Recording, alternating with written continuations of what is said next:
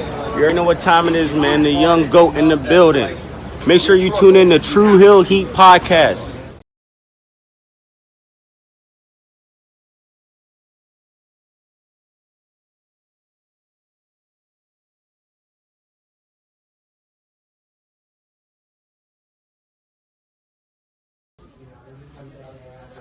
This is the knockout artist, Chris Hero. And if you're looking for some true heel heat, you better listen to them boys.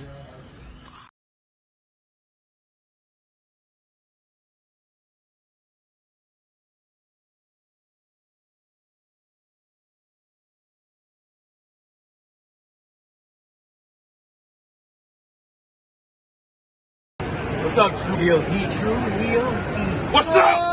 True Heel Heat. All hands is on me.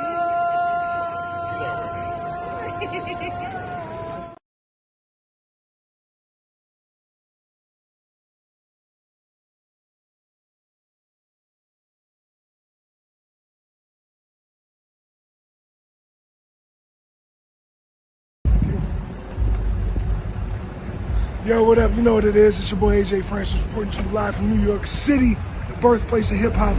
And I'm telling you that I'm only tuned in with True Heel Heat Wrestling. Holla at me.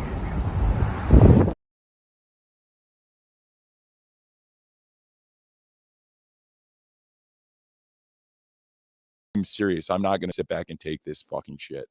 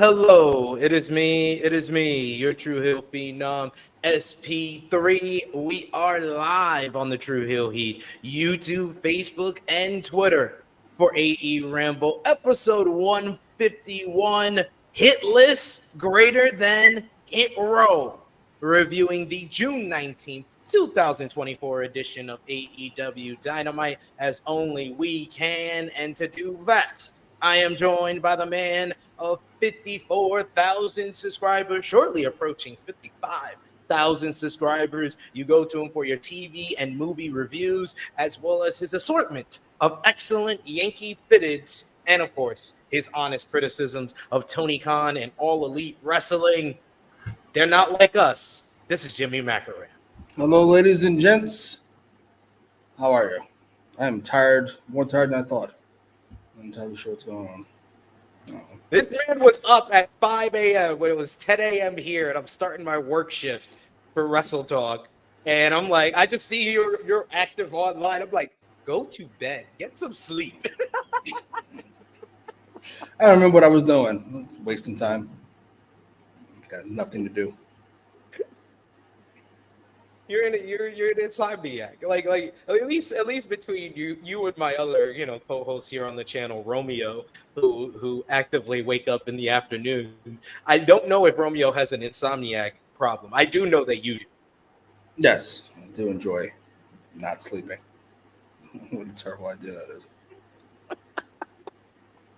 But yes, we are here to review AEW Dynamite from June 19, 2024. Happy belated Juneteenth. Indeed, a happy Juneteenth edition of AEW Dynamite. And we're also going to be reviewing the Kendrick Lamar Ken and Friends concert, because outside of Dynamite, that was the only thing that we text each other about this week. Very true. So yes, we're going to talk about both of those things as only we can. We appreciate y'all if you are joining us live. We appreciate y'all if you're watching us on demand. Remember to show that appreciation back the simplest way possible. You just drop the thumbs up on the video if you're watching us on YouTube. You can also share this video with all your wrestling fans, friends, and family on all your favorite social media platforms. If you are new to the True Hill Heat YouTube channel, hit that subscribe button, hit the bell to stay notified for all the great content here. And of course, sound off in the live chat if you're with us live. If you're watching us on demand, you could comment down below. If you're watching us on another platform, say Facebook, you could drop the thumbs up, a heart emoji, an angry emoji, a laughing emoji. However, this week's AEW Dynamite made us feel. Let us know with those emotes. If you're watching us on Twitter, drop the heart, retweet the video. It helps others like yourself check out AEWramble, the best AEW Dynamite review on YouTube today, and we want to show that support with those watches, with those views. As always, appreciate the support. And you're watching us on any of those platforms, you can sound off in the live chat. We'll try to interact with all of you, highlight as many of your comments as possible. But if you're watching us on YouTube, the most important thing you could do is show your support to the True Hill Heat YouTube channel. Show your support to myself and Jimmy Macram with a super chat donation, like our good brother here, Alexander Fitzgerald. Thank you so much, Alexander. We appreciate you for the big super chat to start things off this week. He says, do you see what Conrad Thompson said about Shane McMahon? He's talking with AEW talent about joining the company. A McMahon working in a different promotion under Tony Khan is wild if that happens. This all started, to kind of give a little bit of a backstory, started on an episode of Grilling JR podcast where JR, I think it was JR and Conrad, just having like a random conversation. And JR said that, you know, Shane McMahon in AEW is so crazy that it just might work. And following that, on this week's episode of the Grilling JR podcast, Conrad Thompson revealed that a friend in the company, AEW, texted him and said that it's not as far-fetched as you think, and that Shane has actually messaged some AEW talent about potentially coming and appearing in the company. So it's not like he's in talks to come to AEW like we've heard in the past with like those likes of Mercedes Moné who came to AEW, or the likes of Goldberg who didn't come to AEW but did have talks confirmed by Tony Khan. This is more him kind of gauging and talking to the talent like, could I come over there? Because my brother-in-law done stole the company from under me, and it's all about him now, or something like that. I don't know what Shane's texting, but what do you think, Jimmy? Now that you know the backstory, do you see Shane McMahon possibly appearing? Shane McMahon, how to put this nicely, over the last, was it 2024? When did he come back? 2000 what? The last time. The big one? You mean the big one where he had the big pop? Yeah, that was in 2016. 2016. Steph was winning some award, and then Shane came back, and they did the lockbox storyline that led to Shane and Taker at Hell in a Cell, and led to Shane and Stephanie taking over Raw and SmackDown before the newest draft. Over the last 8 years, rather.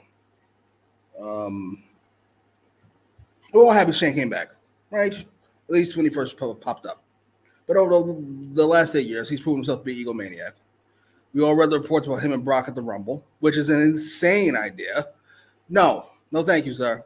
I'll hard pass on Shane McMahon coming in and going toe-to-toe with fucking Ricochet. I'm not interested in any of this. I'm sorry.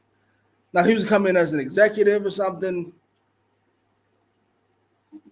Nah, ain't gonna work. I'm gonna be yelled at by Vince, not by fucking Tony Khan's second hard pause. No, thank you. No to all this. I don't like any part of it. None. Not even a little bit. Sorry.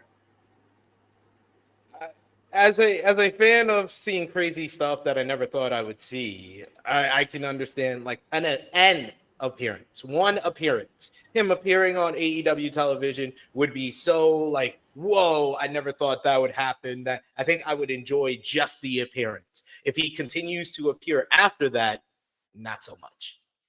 What is the goal if he appears? For him, what do you think the goal would be?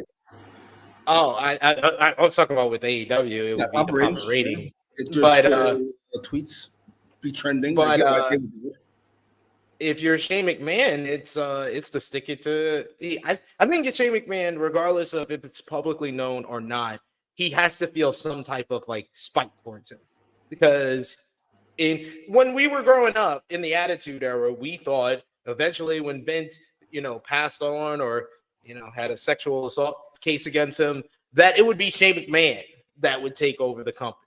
That changed over like the 2000s when Stephanie became more in control of things and more in control of creative. Then she became the person that everybody thought would take over the company after Vince was gone. And then that changed again in the 2010s with the success of NXT. Triple H became the popular name that everybody thought would take over, and that's what eventually happened, with also the help of Nick Khan, who came out of nowhere in 2019 when they signed him to the company. So I can understand if he has a little spite and he just wants to stick it to his brother-in-law and his sister. I don't think they will react the way he thinks they will. I think they're much more level-headed than Vince. Vince might lose his mind.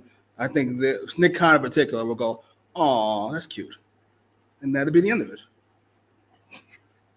The GOAT, Nick Khan, the GOAT. Shane McMahon is a reason he keeps getting passed over.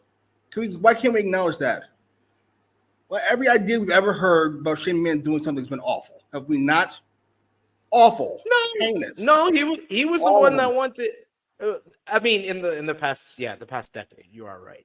But I would go back further than that and give him credit, because he was the one that wanted ECW originally to be like developmental, and that he wanted it to be an internet show instead of on network or cable television. He basically, his mind was he was creating NXT before NXT became like the thing it was. Wow, that's weird. All these ideas he has are when they're not successful and when they're already successful. What is genius is? I remember reading how he wanted to bring in the UFC after Ride. It's weird how all these things work out, and then he had that idea first.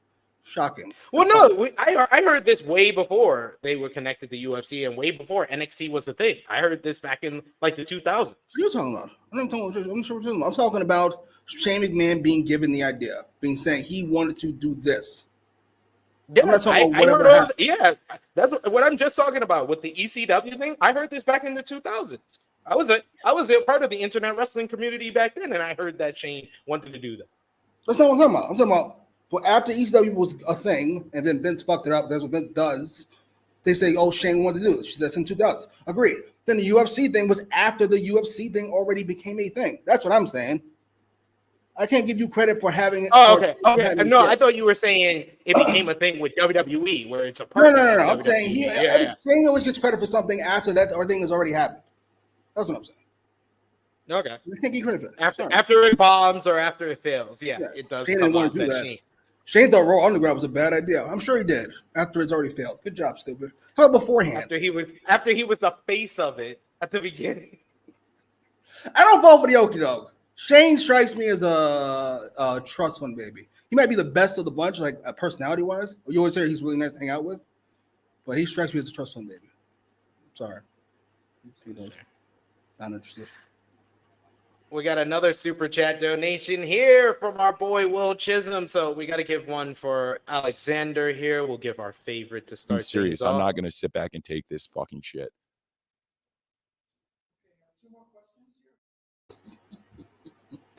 And then for Will's comment, we will give them one of Jimmy's. Weapon in hand, too. And Blackpool Combat's what they better wear out Kenny as long as they can. Hangman's going to come out here. Steve Austin. I watched Steve Austin stomp Vince McMahon last night. Steve Austin, absolutely. And John Moxley. Can't tell the difference. No, same difference. Apples, oranges.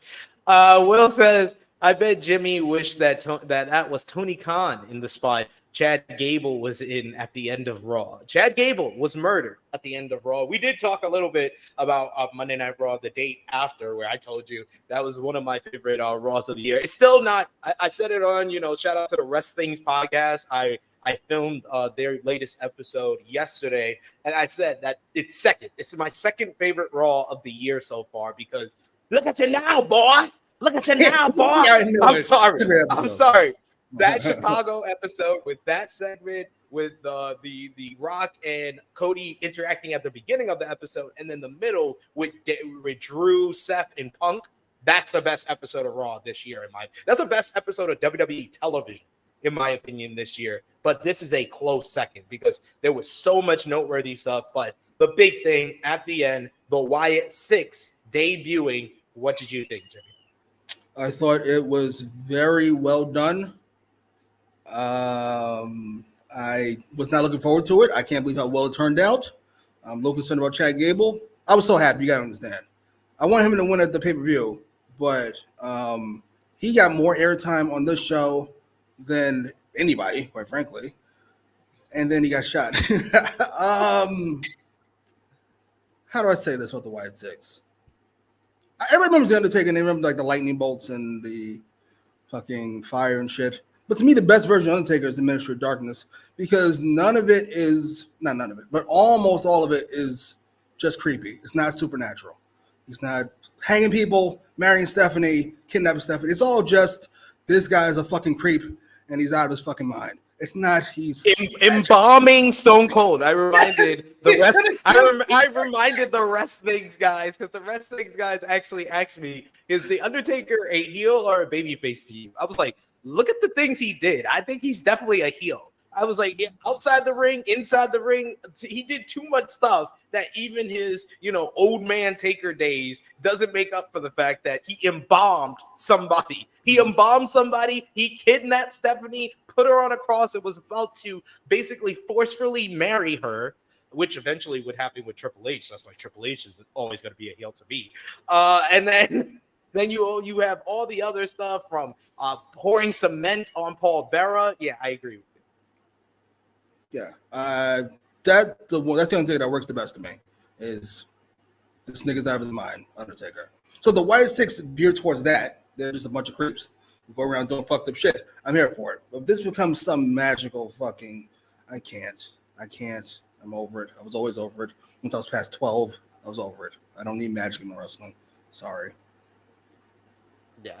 Fightful did report that it's going to lean against going into like the supernatural. There's going to be more of a reality element to it. But I was like, how wait, so people really died? Well, like I was so confused. I was so confused with that, and I was so confused with the people that saw people that I didn't see. I was like, first it was like there was too much darkness, but I was like, I 100% originally did not think that was Carmelo Hayes. I was like, that's a nigga with braids. And Carmelo went on Twitter and revealed that no, he was not one of those people. That was just a random nigga with braids who was a backstage person that did look like our King Gunther on top of him backstage. So they looked like they murdered him. I saw Dom. I saw Braun Strowman. I saw Chad Gable. But that's it. Like, those are the faces I saw. I did not see Triple H. I did not see Bruce Pritchard. I saw somebody say they saw Cody back there. They saw Karrion Kross back there. I'm like, where did y'all see all these people? So that confused me with everybody putting people that I didn't see there in that kill list. I rewatched it a few times. That looks like Gunther in a like a still shot, but and if you watch it, it's not him. Strowman said it wasn't him. And they didn't really do any close-up except Gable. So I assume Gable's the only big name that got fucked up. I'm going to assume they're all seriously hurt and not dead, even though it's quite a bit of blood, all things considered. Sure. I'm giving it a shot. I'll give it a shot. I got 40, 60. It works. 60 being it doesn't work, clearly. Sorry. I'm sorry. You know why? I'll tell you why. Because what did you see most of all after that shit happened? People talked about how great the presentation was, and right after that, Bray Wyatt is smiling down on us all. What the fuck are you babbling about? The fuck? I was like, yeah, this is great. This was a nice tribute to the Bray Wyatt. It was great for the Rotunda family as well, because Bo is able to be like the leader, and he's able to live on and carry on, you know, his brother's legacy. That is all fine and dandy. I don't think that everybody should have been as negative to the people that have legitimate concerns. Like there's legitimate concerns, and like it's not bad to voice that. It's not like, you can enjoy it. We're not trying to ruin anybody's fun by saying that we have concerns. That's why I put it more in a positive spin when I went on Twitter. I was like, my only hope is that this ain't the peak of the act, because I think it is the peak of the act. 95% is the fucking peak. Eventually, niggas gotta get in there and wrestle. I'm sorry, shit goes downhill fast. No offense. And I say it. I'm trying my best to respect the legacy of Bray Wyatt. And Bray Wyatt is one of the most creative and all right, nigga, get to it. That's ever lived. But he's also the greatest and then the bell rings wrestler. Like, I keep the same energy. I'm sorry. I mourned his loss last year, but I can't get away from the fact that that's what it was when he was alive. And like, more importantly, this than the quality of the matches, because of the characters, they can't be out there losing, which means you got to keep them away from certain things. They can't wrestle certain people. You know, wrestle fucking Gunther. Gunther's gonna fucking sell this horse shit? Of course not. So it's just it's an interesting idea. I gotta be honest. If you asked me if I would do it, I was enjoying Raw so much, and that was a great finish. But like, Raw's kind of been on a roll, and I would like if we didn't touch it. I don't mind. Like, just leave it alone. If you don't mind. Ugh. That's why I want the Wyatt Six to be on both brands. I want them to be this overwhelming threat to the entire WWE. Like, they need SmackDown to start with Nick Aldis having a superstar meeting. All the superstars in the back saying, we got to increase security because we don't want what happened on Raw to happen here. And then somebody still gets attacked. It doesn't have to be the big thing that they did on Raw, but somebody still gets attacked. There's blood everywhere, and they know that's the Wyatt Six. I can't have increased security on SmackDown because the SmackDown in my head ends with Drew beating the dog shit out of CM Punk. He goes to fucking work. If that's not how it ends, I don't want it. Come on, man. It's his hometown. Come on, man. You gotta fuck him up. We can't do it. That is the way to reverse what happened in Scotland. I will say. Reverse, and then the reverse. It was fantastic. What the fuck's wrong with y'all? Only thing we can't do is a fake retirement angle because your boy, this fucking muscle-headed psychopath, had to say, hey, look, I signed him. Here's a sword. He's got to have a moment about fucking everything. It's all about The Rock. I hate this motherfucker. I'm sorry.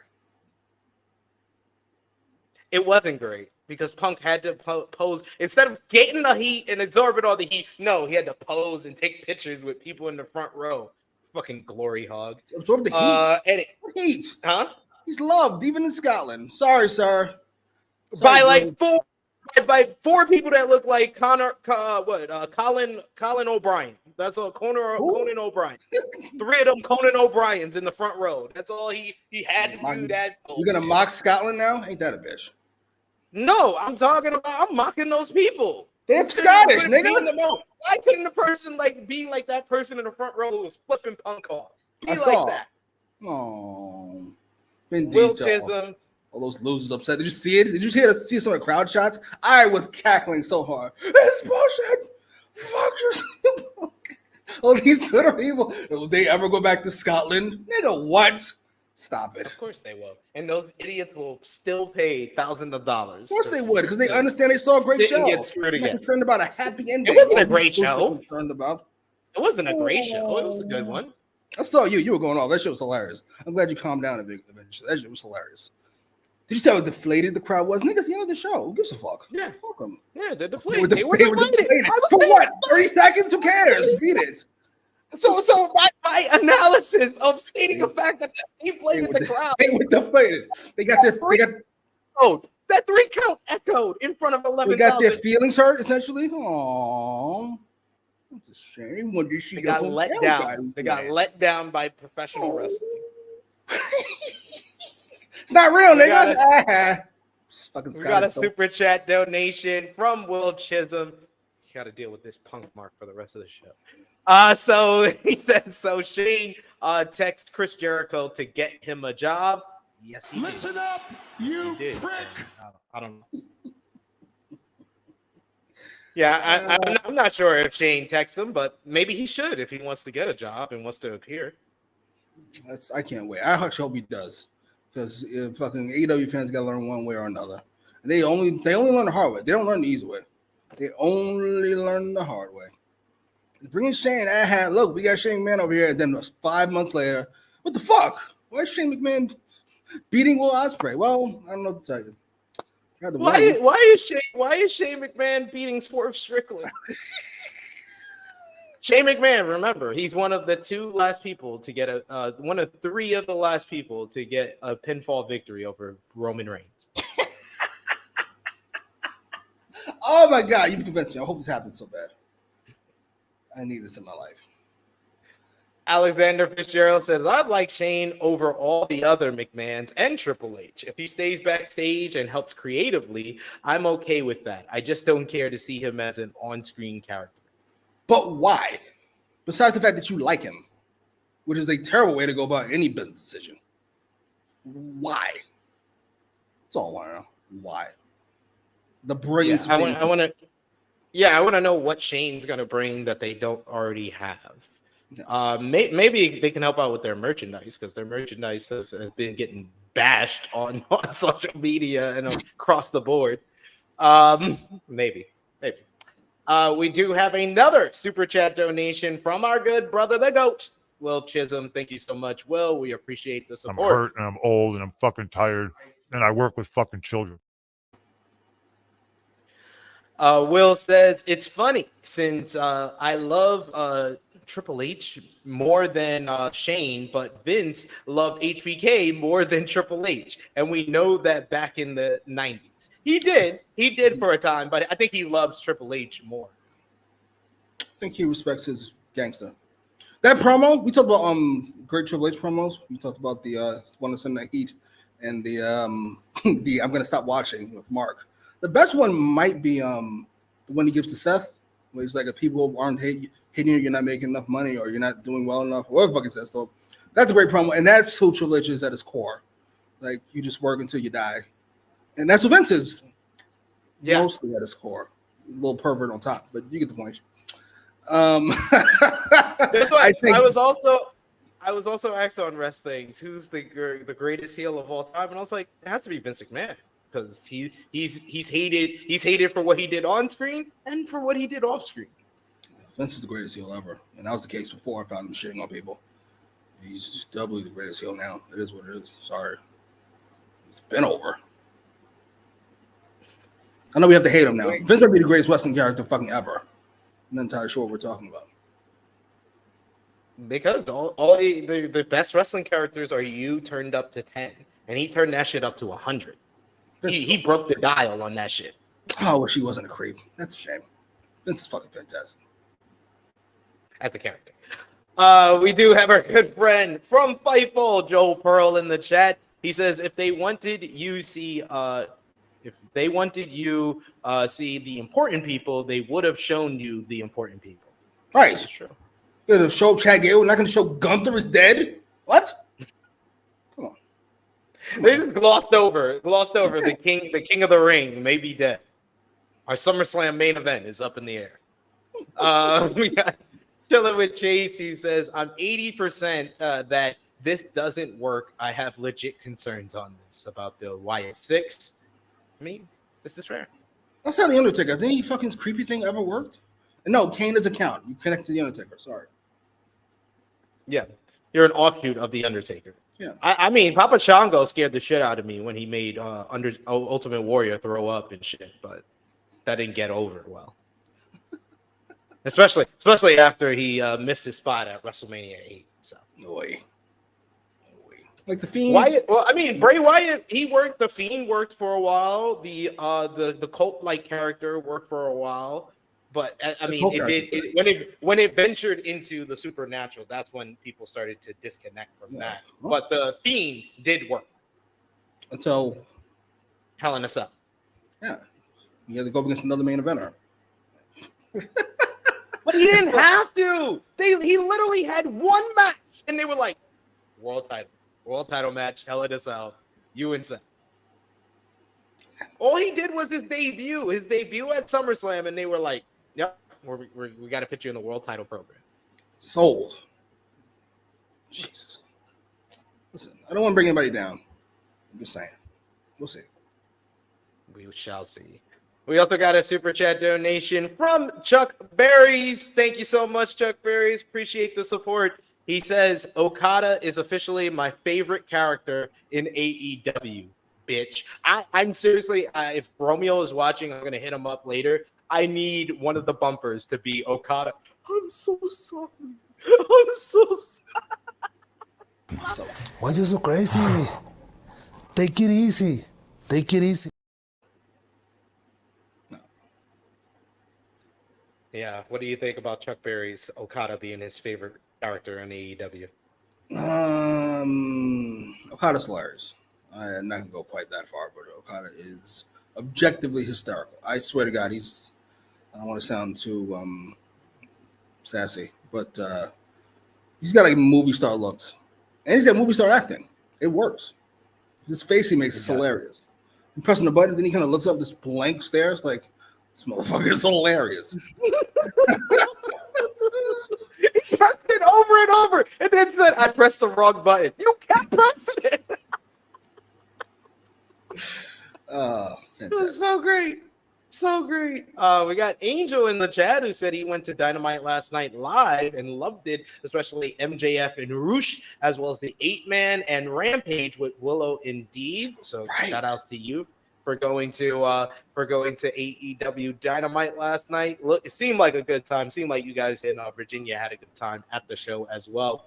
And then finally, we got our last super chat donation here from Will Chisholm once again. Thank you so much, Will. You're killing the game as always, and we appreciate you for that as always, sir. They go on Twitter. I don't see how this is going to work. This is absolutely ridiculous. Send. That's us right now. It could work. It could work. You won't. It could work. I think the crowd is going to be up for it. That's the thing that they got in their benefit. That's the big benefit of it all. The thing that they have is that people want it to work. So we'll see. Yeah. And the company has a great deal of goodwill. Like I said on the Clash at the Castle review, if this was like 2-3 years ago and they did that finish at Clash at the Castle, you would see people online burying the shit out of it. They'd be wrong too. I don't understand. I'm so very confused. I wanted Drew to win too. What the fuck is wrong with y'all? So what is making the crowd happy a thing? Teach you something.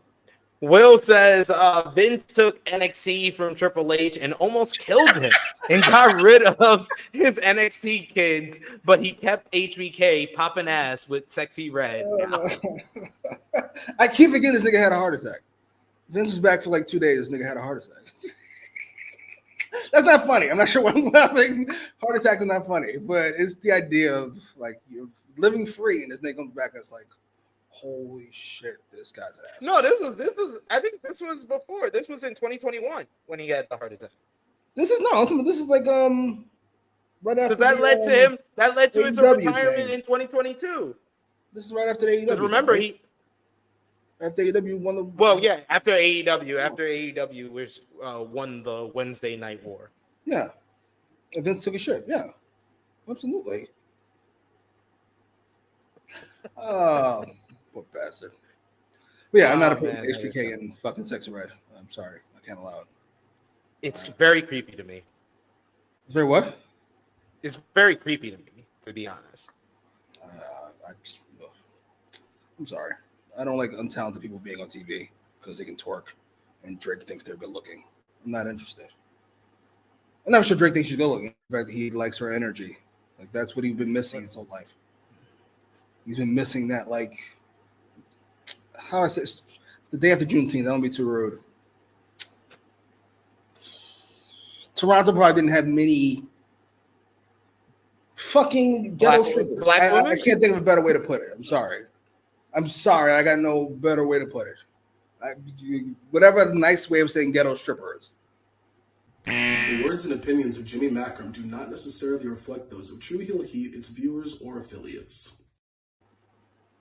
Completely natural, tattoos all over faces, ridiculous looking wig, fucking twerking in the studio. And not just twerking like shaking your ass, like doing splits and then putting your coochie on the ground. Them. Those. There's not many of those around. This is fair. This is fair. Not in Toronto, Crody.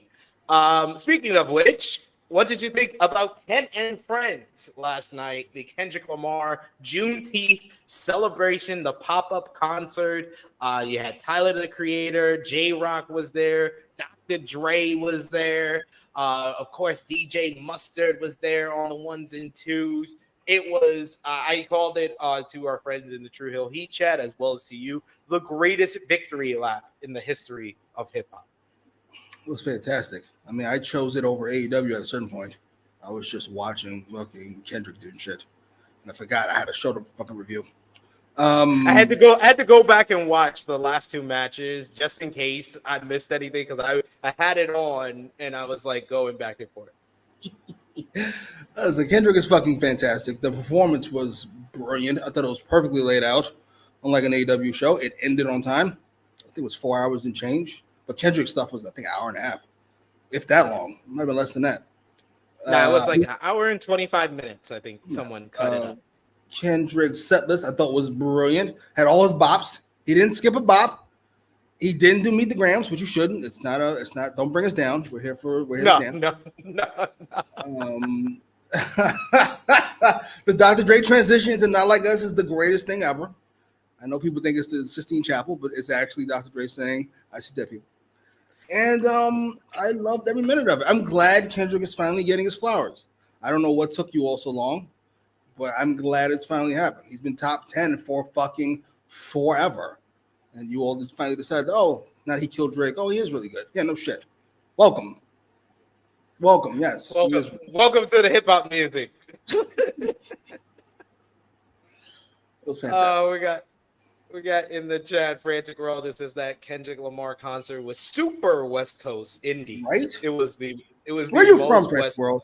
I'm very curious. I'm very curious about these ideas because your ideas don't really fit any. I'd be nice. I'm just curious where you're from. I know all the lyrics to Not Like Us after he played it 5 times. I can fucking recite Euphoria right now if I had to.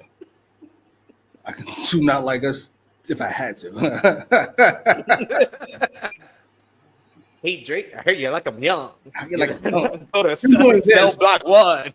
I'm doing that when he says young is wild. Because Drake doesn't look like I'm quite that young. That's wild. Young. Nigga, that bitch is 5. What the fuck are you doing? Jesus. Hey, you're like I'm young. Why you trolling? Ain't you tired? Trying to strike a chord, and it's probably a minor. I love how he dropped it on that every 3 times. He dropped it at that. That one was the end line. Drake only has 2 choices. You either respond, which I don't suggest you do. You go away for a year. Yeah, I take the latter. Yeah. I would take the latter. Go away for a year, regroup, and then just come back with a big album and don't respond to him at all. Drake can't help himself. He's been drawing fucking subliminals at fucking Pusha T for about 4 or 5 years now. He cannot help himself.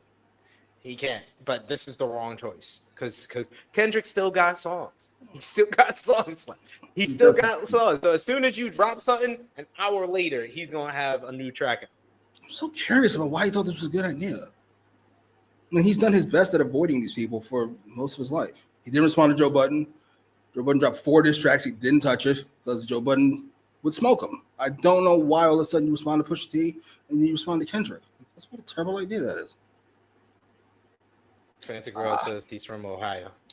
That explains the heinous takes in a flyover station. I apologize, sir. It's not your fault. I apologize. Taking out on that. And Frantic World, you did not watch the concert, obviously, because all the songs that Kendrick played was not just all of his disses to Drake. He only, like we said, he only played Euphoria and Not Like Us. He played all his hits, Mad City, Yeah, he played a whole bunch. Yeah, King Kunta in there. Right. I didn't realize he was dissing Drake on that. That's fucking fantastic. Because before the Pusha T stuff, a nigga with a ghostwriter. What happened? That's probably why I stopped fucking with him. Now think about it. He was like, I'm not fucking with this nigga anymore. This nigga. Man, I love the Drake fans coping on coping OD. It's sad. It's sad. He's so they're so weird. But Kendrick's so emotionally aware. I'm not entirely sure what the word I'm looking for is, but he didn't bring his wife out there. Like, hey, everything's fine. His wife was in the crowd. Yeah. But it's just she's nothing about him feels fake. Kendrick's fucking fantastic. I'm so happy he's gonna. He basically anything Drake said, he let it roll off his back because he said the line in Euphoria. Don't tell no lies about me, and I won't tell truths about you. So anything Drake said after that, it was like, oh, you're lying. to the people that were listening to the music, they were like, oh no, you're lying. This guy's telling the truth. Even if it wasn't the case, that's what he set it up. That whole beef. He set it up that Drake was lying. He was telling the truth with his first track in. Yeah. I'm not gonna say I felt bad, but as close as you can feel bad. Yeah. We also got here in the chat. We got a bunch of people just spitting the lyrics. Wah wah wah. Yo, that Kevin Dunn cuts. Wah wah wah wah wah. Look at mud. Oh my god. Fucking mud. I'm gonna do my stuff. There's a word for that. What are they called? I forget what the word is. I think earworms or something. Where it's not. They're not ad libs, but they're close enough. Like the wop wop wop, the nigga bum. He's got so many of those. Man's a genius. And they're not like us. He goes, when the future was. You went to future and you still see the clubs. He goes with those little sayings. It's great. I love it. We also got Safet talking about the Tupac line. Yes, give me back Tupac's ring and I'll respect you. It's crazy. How you adding lyrics to your disses now? How the fuck you acting like you're the fucking the arbiter of his estate? That's fucking wild. Give me back the ring. It's not yours. Give me back the ring. That will be all right. Right now. You should have never brought him up here. You should have never brought it up. Oh, yes. Tyrone Kidd. Good shout there. Speaking of wrestling and Drake, anyone seen this new AEW shirt with BBL Shayna Wayne? Yes, they put a BBL on Shayna Wayne in their new t-shirt. So fucking heinous. Poor Nick. That's what you get. Welcome to the wrestling business, stupid.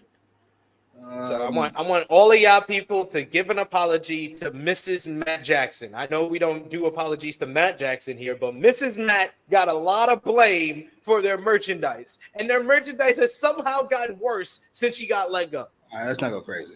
It is just as bad. It wasn't her fault. That's all I'm trying to say. Well, no. Just because you have a fucking moron doing something, and then you replace him with a fucking moron. That doesn't mean the first person's not a fucking moron. That's not how that works. Sorry. I'm not calling anyone a moron, and just in case they're listening. The words and opinions of Jimmy Macram do not necessarily reflect those of True Heel Heat, its viewers, or affiliates. Sorry, I did call fucking those two morons. People who are terrible at their job. Is that better? That's fair. That's fair. Have no talent, have no fucking skill, should be very fucking happy that they married a guy who was the brother to somebody who's actually talented. Congratulations. It's cleaner, ain't it? Couldn't help yourself. But let's get into AEW Dynamite, which last night was from Fairfax, Virginia. I actually liked this crowd last night in Fairfax. What about you? Yeah, they were good. Fine crowd.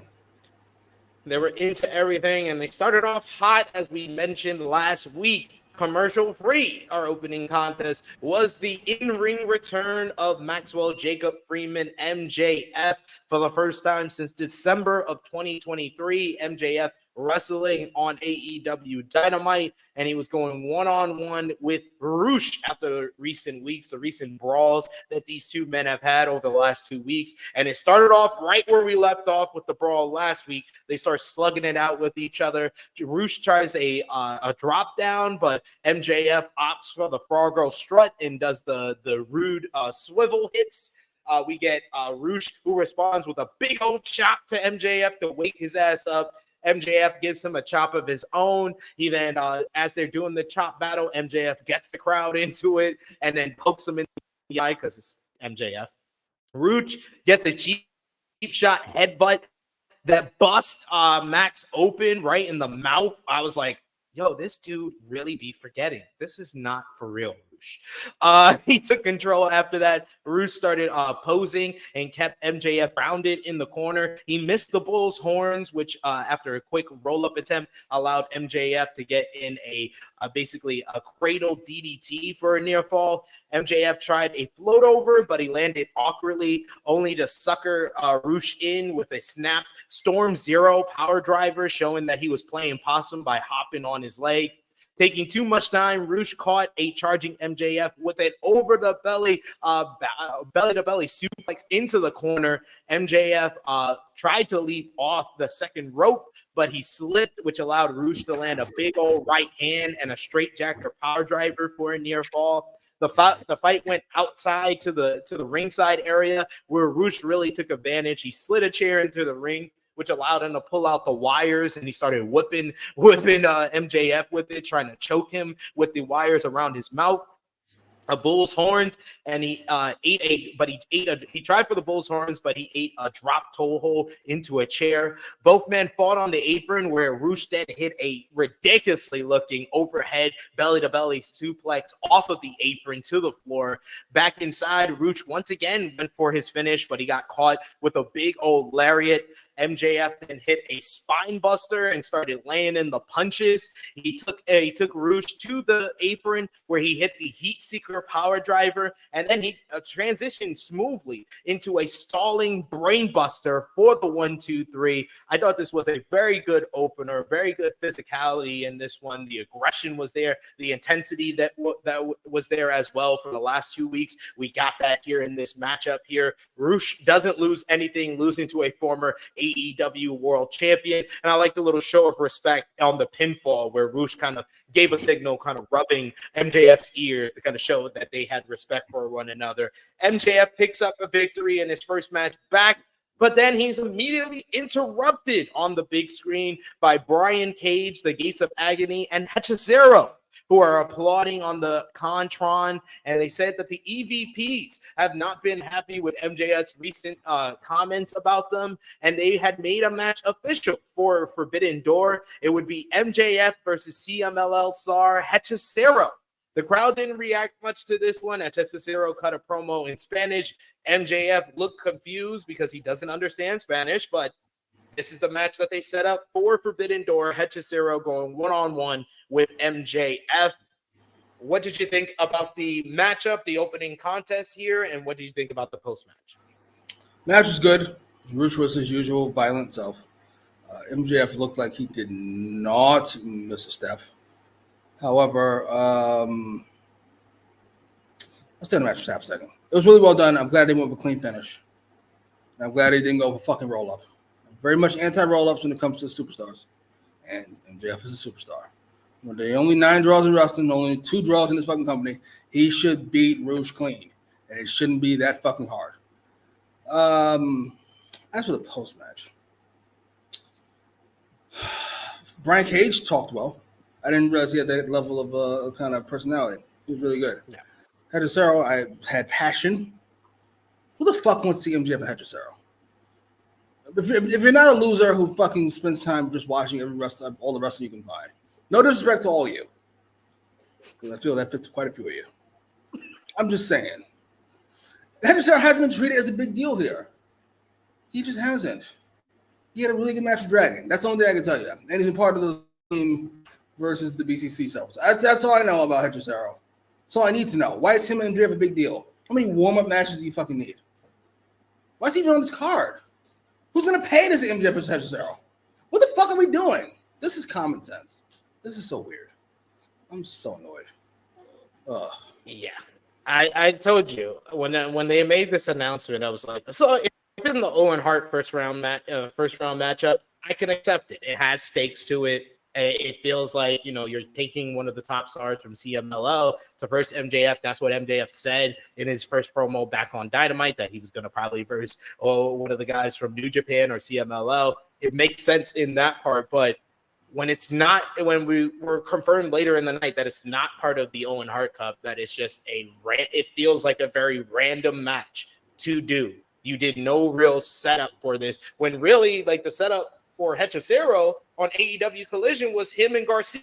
And then it feels like you just decided before the show went on air, oh, we're going to actually do Hechicero and MJF. Like, plans changed before the show. That's what it felt like. That's how random this match feels. Very much. So weird. It's still early. If I'm MJF, I get my walking boots on. Might have to start stomping. Might have to start throwing a fit. I might have to pull a Austin Punk. I'm not happy. I'm not pleased. I ain't gonna leave, but I will stomp. I'm not wrestling Jeff Jarrett. Jack Perry makes me sick. No. Fix it. We got a super chat donation from our good brother Will Chisholm once again. Thank you so much, Will, as always, showing your support. You don't know shit! Yes, he does. Will says, I got to ask, if Roman went to AEW, how would he be booked? With his heel gimmick, Roman shooting on the AEW roster might be funny. Oh, absolutely. Roman shitting on everybody from AEW being lower than him. I would love it as they did it like an NWO angle where he's an outsider, where he's one of the outsiders and he's just coming over. He's still hired by WWE and he's just shitting on everybody. I don't.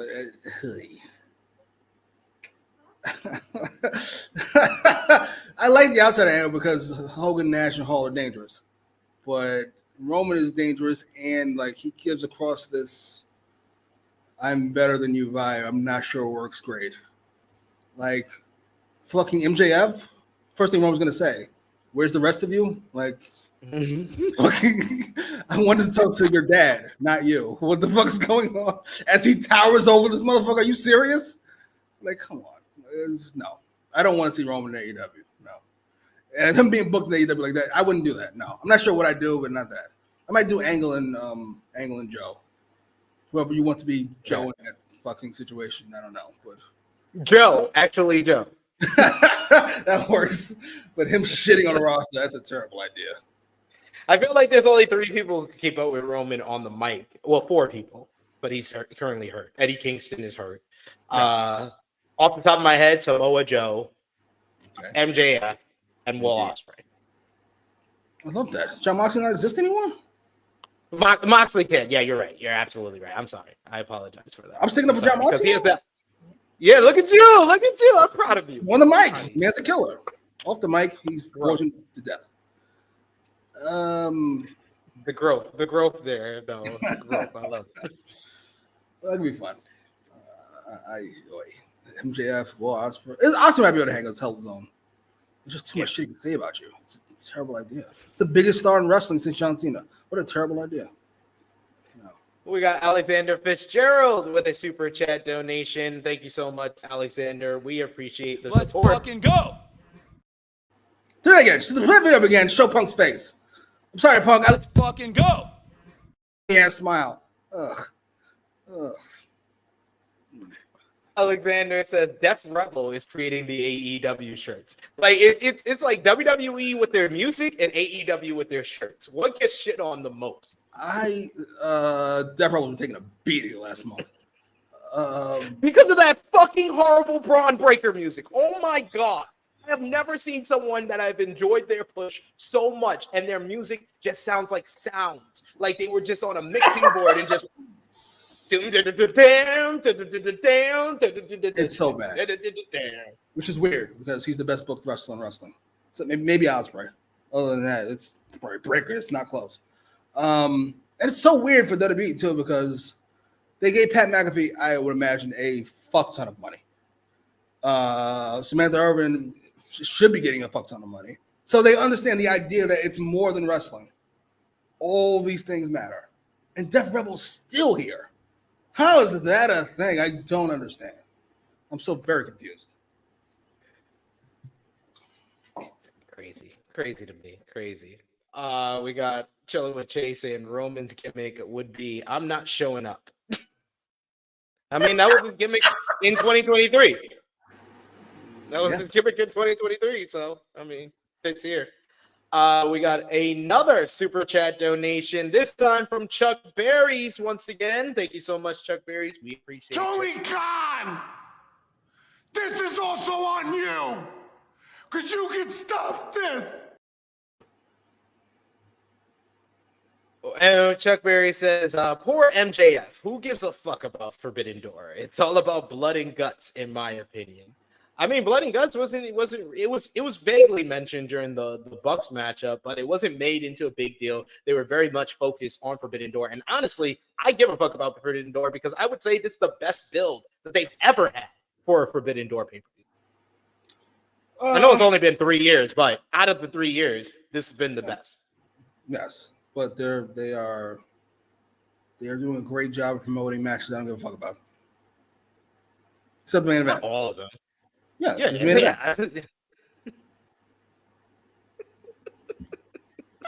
Hey, Mina and Tony, you were into? Yes, it'll be fine. But like, I'm not paying to see that. Fuck would do that? I'll pay to see Mina Shirakawa. Bet you would.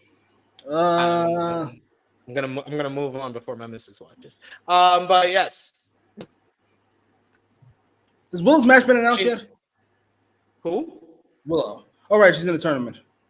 Yeah. So I hope they put that on the. I hope they put that on the Forbidden Door card. Please. What happened to the fucking gender tag match that they've been building up for forever? Well, Orange Cassidy is busy. He's going to be versus Zack Sabre Jr., which I think that's going to be a splendid match. I'm going to hold off on this fucking match? Probably for All In. The tag match? Yeah. You're fucking serious? Yep. What is this? Yep.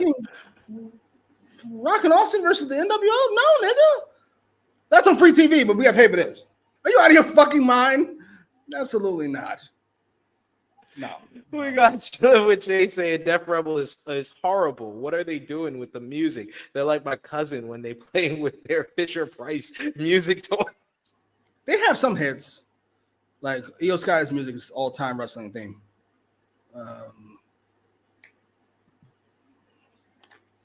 About it. They do a nice theme. That's a solid theme. Oh yeah, you're right. I think Io's theme was Def Rebel.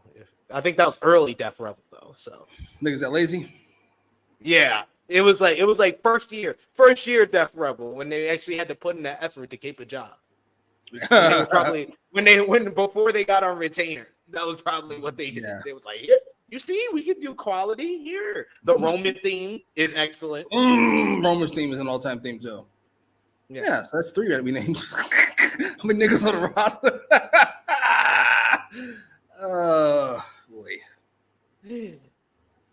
Next up, we go backstage for what I think is going to be now. It should be a weekly highlight. Mark Briscoe, aka Drunk Redneck Football Head Coach Renee Paquette, is backstage with Kyle O'Reilly, Orange Cassidy, Dante Martin, and Mark Briscoe, who are now in an all-star 8-man tag later tonight. They all basically say, we're going to give it over to Mark to get us hyped for the matchup.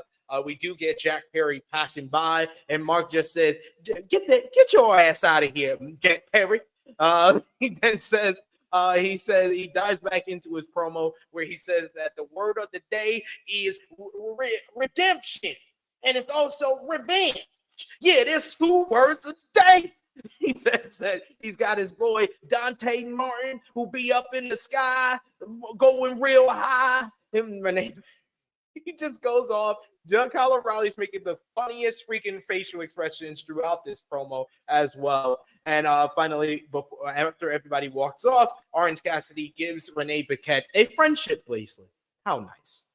Mark Briscoe, just give him a mic. Just give him. I know they did. They probably just said, you could ad-lib it. We don't need to know what you're gonna say. Just ad-lib.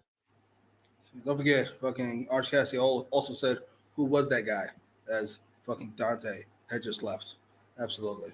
Way to bury the brother on Juneteenth, Orange Cassidy. I think he was talking about Jack Griffin. Right. Really? It wasn't the last guy left? It was the guy left minutes before that? Sure. Let's go with that. Well, yes, Johnson's obviously, but come on now. Let's not get crazy. Obviously. Mark Briscoe's fantastic. This is not an all-star 8-man. There's no all-stars in this match. Outside of Orange Cassidy, Mark Briscoe, maybe. Oh, Takeshita, I apologize. 3, that's it. 3 out of 8 is not a winning percentage. That is mellow on a really, really bad night. Sorry. Not interested. Didn't we just do this last week? Who do we add? Dante and... We added Dante and Zack Sabre Jr.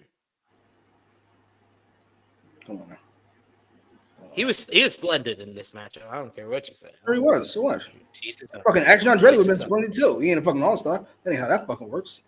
The professor's a fucking... Zack Sabre Jr. is a fucking all-star. Don't be disrespectful. I thought you were talking about Dante.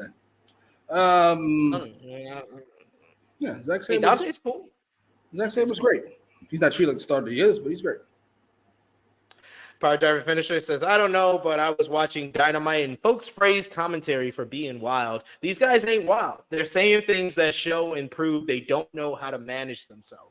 And he also says, like, they legit admitted they were struggling to keep themselves organized. They tried to play it off cool, but it's clear these guys have no chemistry. 100%. You said, I agree. You said these guys, folks praise commentary. We are clearly not folks. We have been. Yeah, yeah. He's like talking about other folks because we have been burying the commentary for a couple of weeks now. Even in our private chat, I was like, Tony Schiavone is actually really good with Nigel McGuinness on Collision. Excalibur and Taz were good together on AEW Dark. All 3 of these guys together are fucking awful. Hard to watch. Listen to, rather. I don't get how you can listen to this and think this is enjoyable. In particular, if I was Tony Khan or whoever their head of production is. Mike something. I'm sorry, I don't see it. Mike Manseri, yeah. And yeah, it's he clears everybody. He clears everybody. It's just like everybody except for Timeless Tony Storm. But everybody that's a regular commentator, yes, he clears them all. Nigel. That line on Collision was hilarious. Brian wanted to stay a vegan, but he eats too much greed. That is wild. That is a wild thing to say. I was kind of here for it, but that was wild when I read that. I'm also here for it. I love this man so much. Next up, we had what should have been the main event segment. We'll get into that. Swerve Strickland, our AEW World Champion, is out to go face on Juneteenth. Swerve in the second segment. He's a bitch. Face to face with his challenger for Forbidden Door, AEW International Champion Will Ospreay. We get huge ovations for both men. Excalibur establishes that both men have a healthy friendship for each other and have some love for each other. Ospreay gets on the mic and he says the last time they were in the ring together, he said that he snapped the AEW World title from him last week. And he said that Swerve talked about how he couldn't hold both worlds together before, he took the title from him. And he says, bruv, I've been a world champion on 3 different continents at the same time.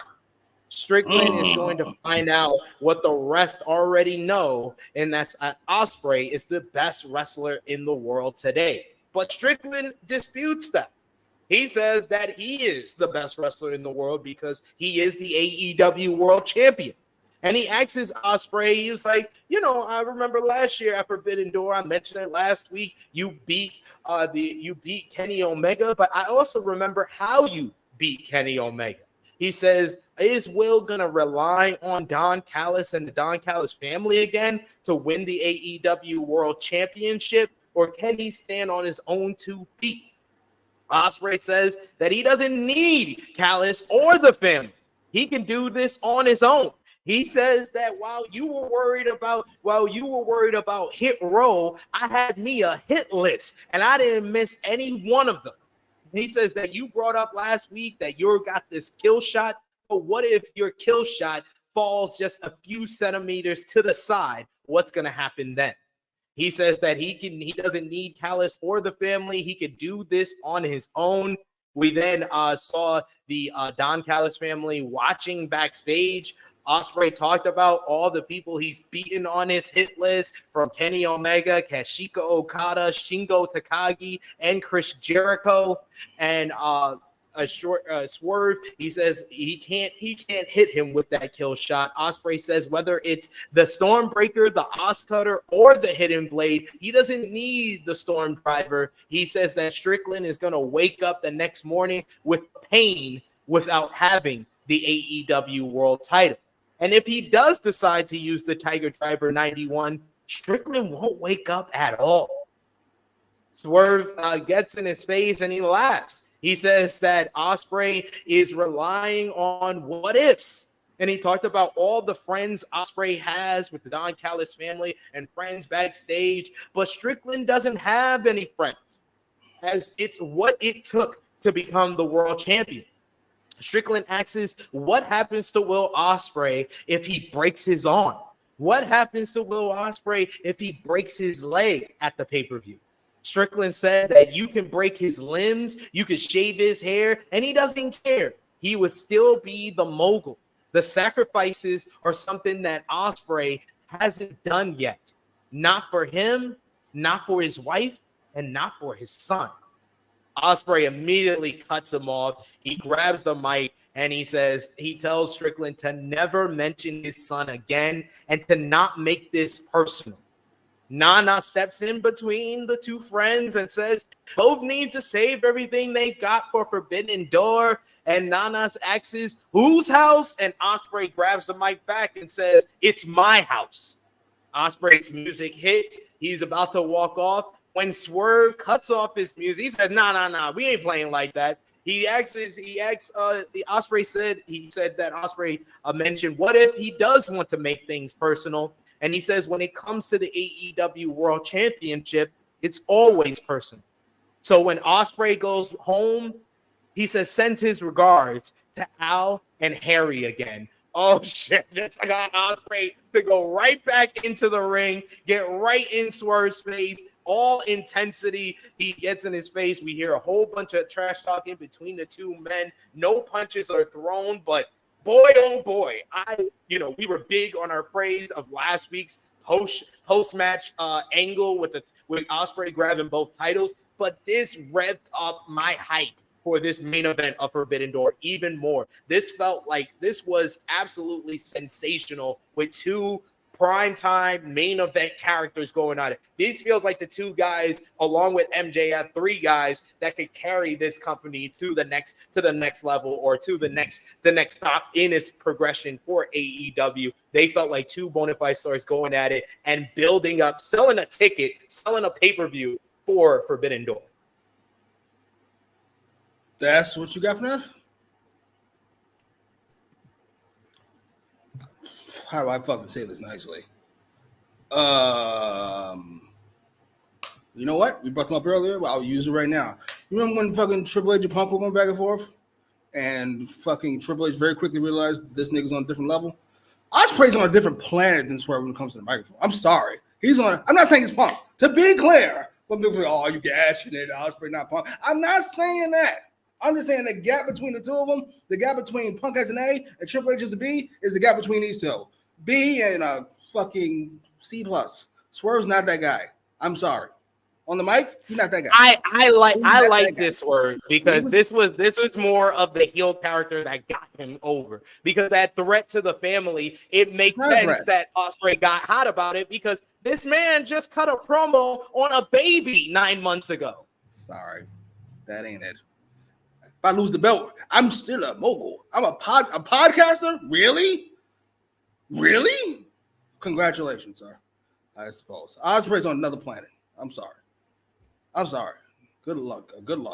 Yes. They both have star power, but between the three of them, you're adding MJF to this. MJF's an A, and Ospreay's closer to MJF than he is to Swerve. No disrespect to anybody. Ospreay's fantastic. How you get cooked by fucking Will Ospreay on Juneteenth? Come on, man. You're embarrassing us out here. Come on, man. That's fucking embarrassing. Ugh. Ugh. Oof. Sorry. Even if I lose the belt, I'm still a podcaster. What? Nigga, for real? What the fuck? You got a couple people agreeing with you. Capone W saying Swerve getting punked every week has to stop. You gotta stop it yourself, but you're not that guy. You're not that guy. Sorry. Trash. I mean, Swerve did kind of admit that he's a terrible husband and father, that he sacrificed his family to become the AEW World Champion. I was like, yo, this man's threatening another husband and kid. How is he the babyface? Hey, I enjoyed this segment. I enjoyed both guys' promo. No, it's good segment. Great segment. Should close, definitely. Yeah, this was fantastic. This was a great money-making kind of promo segment between these two. They sold a ticket, sold a pay-per-view with this one. We got Chilling with Chase, who says Ospreay's promo work is insane right now. We also got Steven Chambers. He says, "What's up, SP3 and Jimmy? Looks like Callis family going to screw Ospreay." Mm-hmm. And we also got Power Driver Finisher. He says, "I agree with Jay. Podcaster." Wild. I couldn't believe he said it. I couldn't believe what he was saying before he said it. Then he said it. What? Oh my god. Whatever. Show your title ring, son. We got Power Driver Finisher said, I feel bad. We waited for Swerve's victory and hoped for it. I don't go that far. He's still a great character. But it's a great character. But that's it. You're a great character. Like, you're great in relation to everybody else. But just giving you a microphone saying, go do it.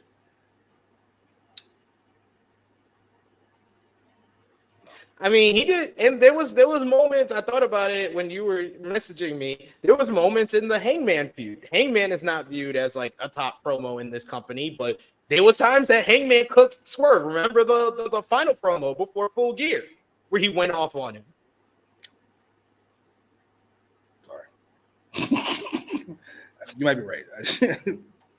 Your memory is shit. Even though I'm the one with 2 kids and smoked a lot of weed in my life. But next we had backstage, we saw the Don Callis family watching this, and then Trent Beretta was pissed at what Ospreay had to say, that he doesn't need the family. He said Ospreay just disrespected his family. No one does that. Callis tried to calm him down and said, it'll be fine. It'll be fine. He knows Will better than his own mother. Walked off with Beretta, leaving Takeshita and Fletcher, where Takeshita kind of looked at Fletcher and then walked away as Fletcher was still looking at the TV screen, realizing that his big brother has basically disowned his family. Who would take this motherfucker seriously? Looks like MGK. Come on, man.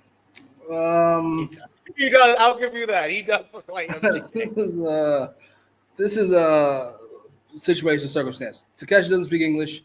And Kyle is the one that's supposed to be conflicted. So you have Trent say it, but Trent just got here and it makes no sense in relation. Have we ever seen Trent and Ospreay in the same frame as part of the family? It is what it is. Sorry. This didn't hit. No, that's why I think it does make sense for Trent to be the one to say it. Why? Because he's new to the family. He doesn't have that connection with Will. So he's the first one that's mentioning that he's disrespected. Nigga, they've done nothing for you. What do you give a fuck about the family? They even try to sign you. What the fuck is you talking about? They're trying to sign Orange Cassidy. And you fucking Bogart your way in there. Exactly. That's why it makes sense for him to be the one to be like, yeah, this nigga. That's like a nigga breaking through your house. He's trying to show his loyalty to the family because he's on shaky ground to begin with. You know what? That does make sense. He's overcompensating. Because he knows he's the weak link. Fair enough. Yes. He knows he's a weak link. And he knows he's even weaker if Will Ospreay is in this family. Sold. He's right now in that group that we just saw. He's 3rd. If Ospreay's in the family, he's 4th. If Powerhouse Hobbs comes back, he's 5th. Like he's trying to gauge his bets right here. Sold. We got Power Driver Finisher. He says, I'd rather Kyle join Ospreay because as a heel, nothing's happened so far. And as a babyface, nothing will happen. He's not this guy you guys think he is. Sorry. I wish I could help you. But you have to at some point accept that he's a guy. Just a guy. Just a dude. Just a fucking... Something I was mad about Clash of the Castle. This fucking Priest keeps the belt. He's just a guy. No disrespect. He's the guy, but it's basically but it's on a lower level what they're doing with Kyle Fletcher, where they're using the Ring of Honor TV title to prop him up, where they're trying to have the title make him into a future star. But with Priest, they're trying to make the world title, which only has had 2 other champions. They're trying to make that title prop him up into becoming a main eventer. Yet this man can't even beat Rey Mysterio, who is 3 feet shorter than him, clean. Like, that's why I said he needs to beat Seth Rollins clean at Money in the Bank. No, nigga, stop throwing money into this fucking pit. You already had him beat all these fucking people he shouldn't be beating at all. Now I'm going to keep doing it in hopes that this thing works. It's done. He should not beat Seth clean. He should not beat Punk clean. He should not beat Drew clean. He should not beat any of these actual stars clean. He's not that guy. And you're not going to make him that guy. He could beat The Rock clean. He won't be that guy afterwards. I'm sorry. It just is what it is. Let it go. I'm trying to think of a guy they tried to do that with. I can't think of another one while I was watching. I didn't watch the most of 2010s. Alberto Del Rio ass nigga. All these accomplishments. It ain't going to change the fact that he's Alberto Del Rio at the end of the day. Sorry. Former Money in the Bank, former Royal Rumble winner, WWE champion, World Heavyweight champion. Sorry. It's over. It's over. It's over. I'm sorry. You're a fun Intercontinental champion. That's all. Sorry. Next up, we had the All-Star 8-man tag team matchup. Mark Briscoe, Kyle O'Reilly, Orange Cassidy, and Dante Martin going up against Roderick Strong, Konosuke Takeshita, Kyle Fletcher, and Zack Sabre Jr. with the Kingdom at ringside. This is the prototypical AEW party match, and boy, oh boy, this was a bunch of fun to watch. Everyone not named Cassidy and Sabre stayed into the ring and started slugging it out. Cassidy took his sweet time trying to put his elbow pad and get ready for the matchup. He went to put his hands in his pocket, but we had I think it was Mark Briscoe and Kyle Fletcher come in and batter him. We had some submissions in the ropes as Zack Sabre Jr. had an octopus hold on Cassidy, while Kyle O'Reilly had a knee bar on Roderick Strong in the ropes. Meanwhile, Mark Briscoe attempts to do a dive on the chair. He gets vaulted, and then finally he's able to come in and do the leap off the chair, dive into the outside.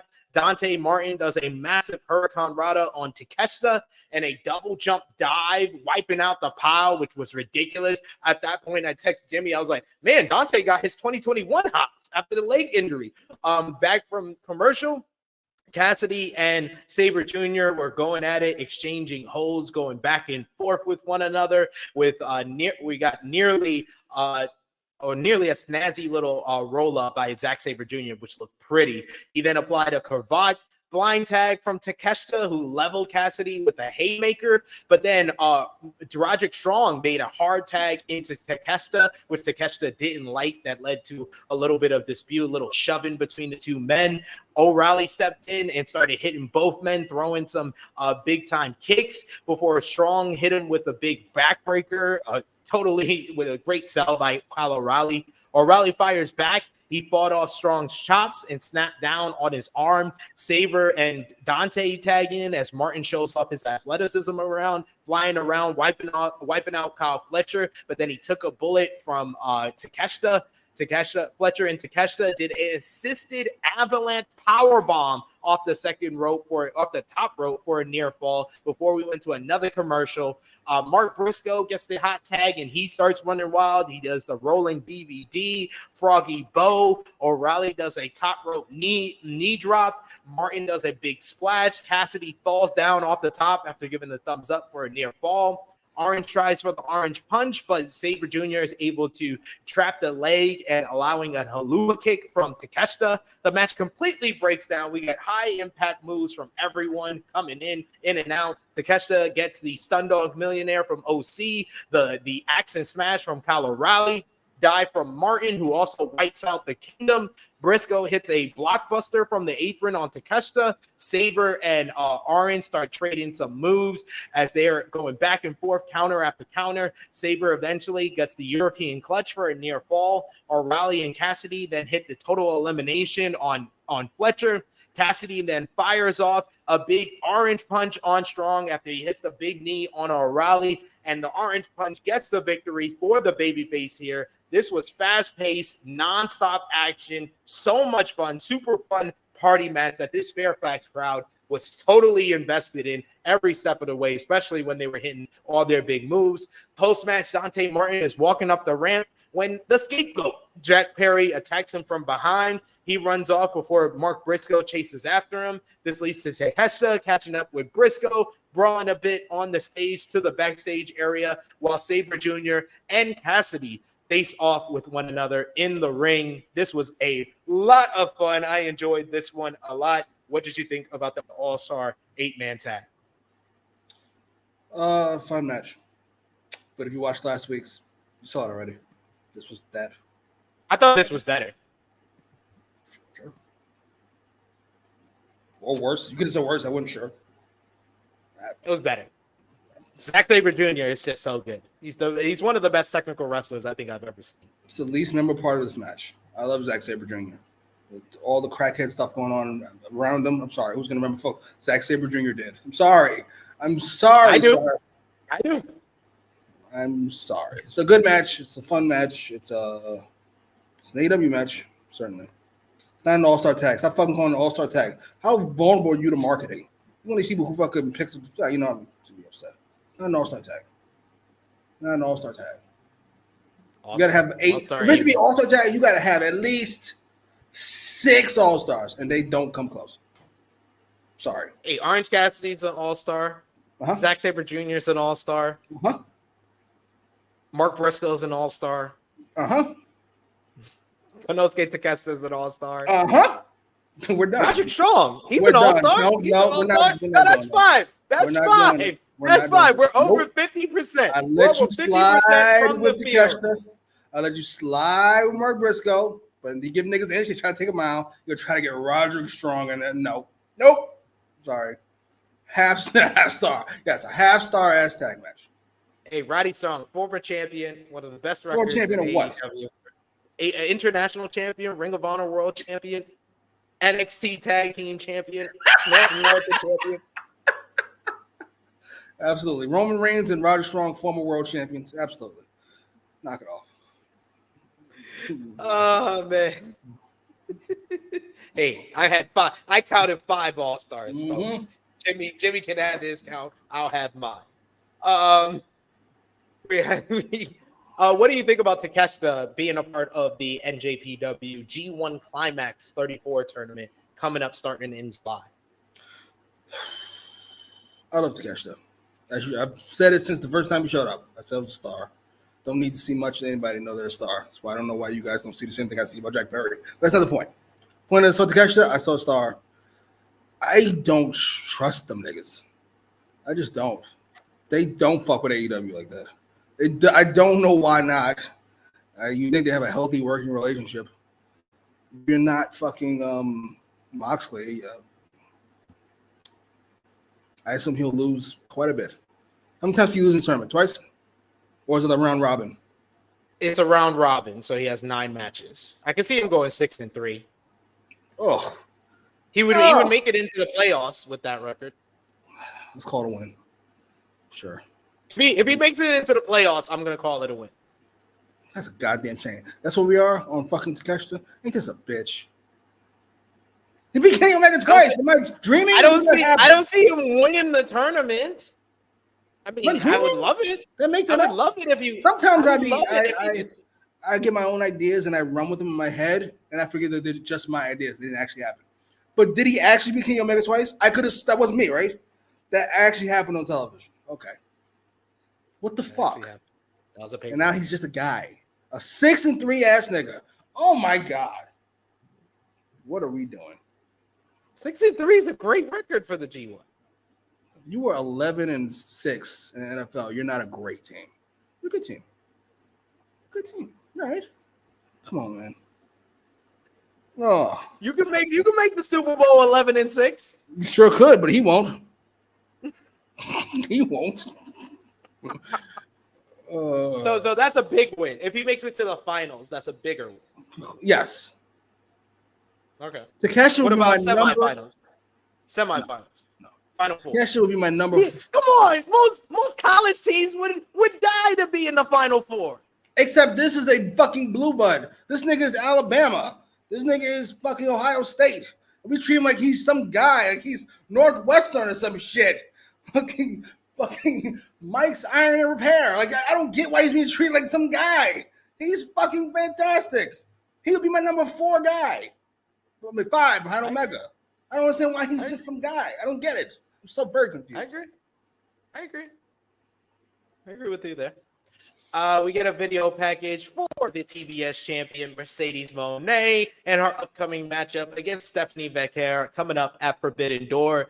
Moné thanked Becker for sending her tag team partner Suzuki last week. She says that she reminded her of the Lucha Libre style that she has loved, and she is making history all over the globe. She is not sitting her ass around, and maybe Stephanie Becker is not the star that she is that's able to be in the ring and also walk the red carpet. She says that there's a price to pay when you mess with Mercedes Moné, and we see her working out with former WWE star Lindsay Dorado in his gym, working out, getting ready for her matchup with Stephanie Becker. Why every time Mercedes opens her mouth, she comes off like the biggest heel ever? She's the least likable person, perhaps, in the history of wrestling. I don't understand. This was really well done, though. I like the video package, though. Video package was good. Her performance was great. Assuming she was a heel, she did a fantastic job. I don't think that's what we're going for, though. I think she's supposed to be like confident babyface. And to be fair to Mercedes, this is a really hard thing to pull off. I can't think of many people who have pulled it off. Rock, Punk. I'm already heading towards the end of the list. Sorry.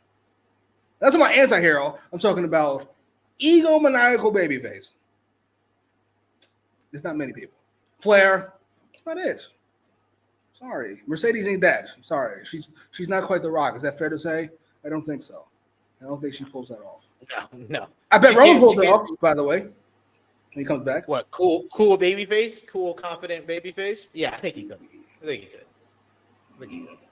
They tried that in 2017, but it didn't work. Yeah, but this is babyface tribal chief, though. Yeah, I can see it. Tell the nigga get out of his chair. Let me see. We got a good question here from Alexander Fitzgerald saying the real question is, who does Mercedes wrestle at All In, Britt or Saraya? I mean, right now I'm leaning towards Saraya, but I think that's the money freaking feud for Mercedes is Britt Baker. I'm with you. Who's babyface? Is it Mercedes again?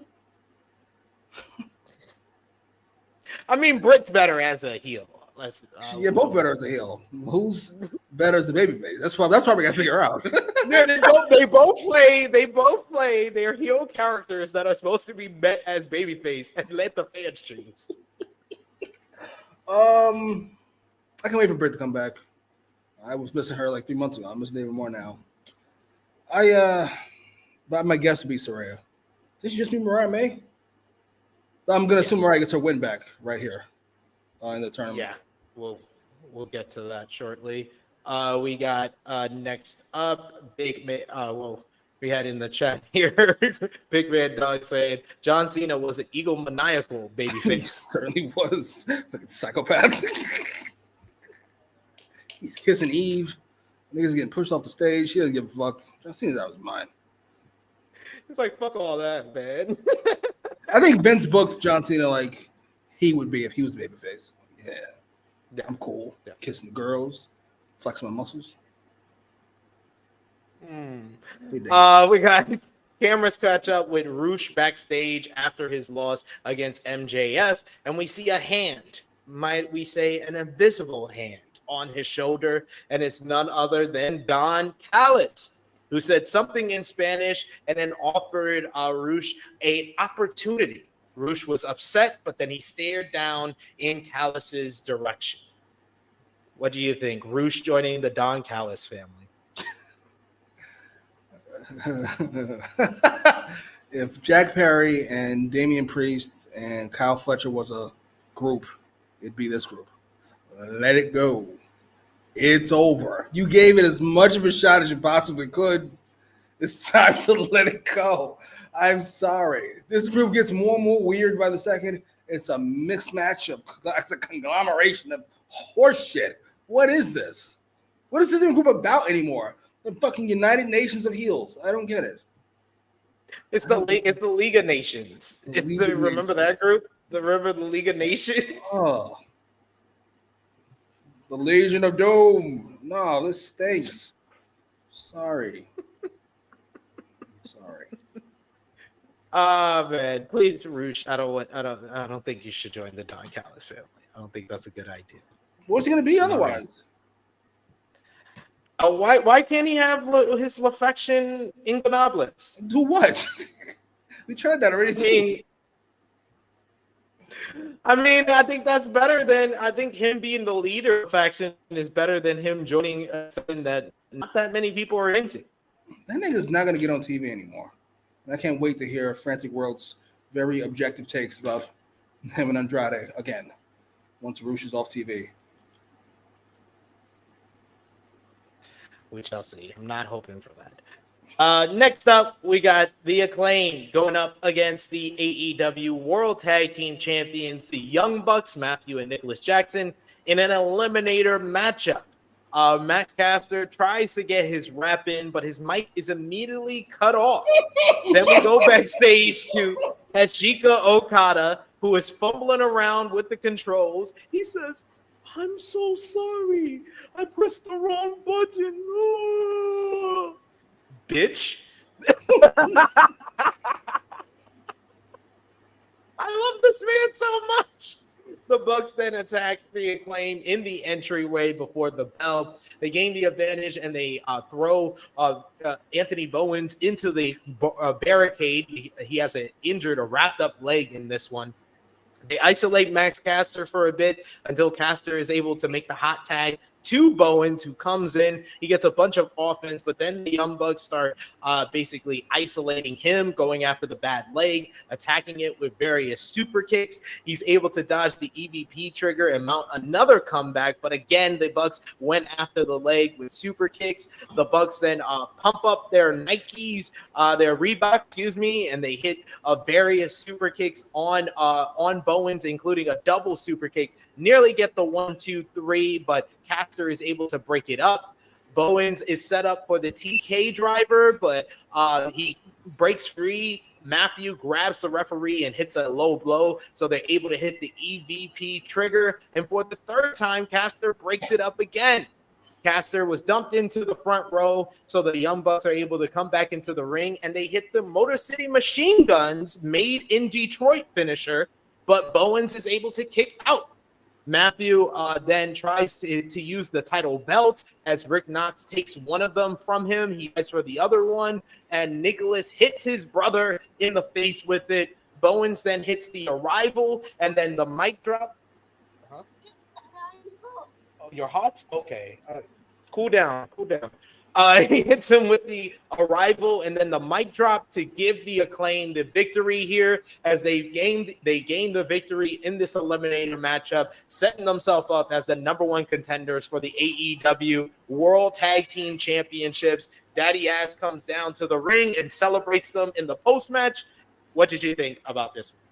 I honestly can't believe that the Young Bucks had a WWE reference layup right in their laps and didn't take it. How do you not hit that fucking machine gun finisher and not go, that move sucks?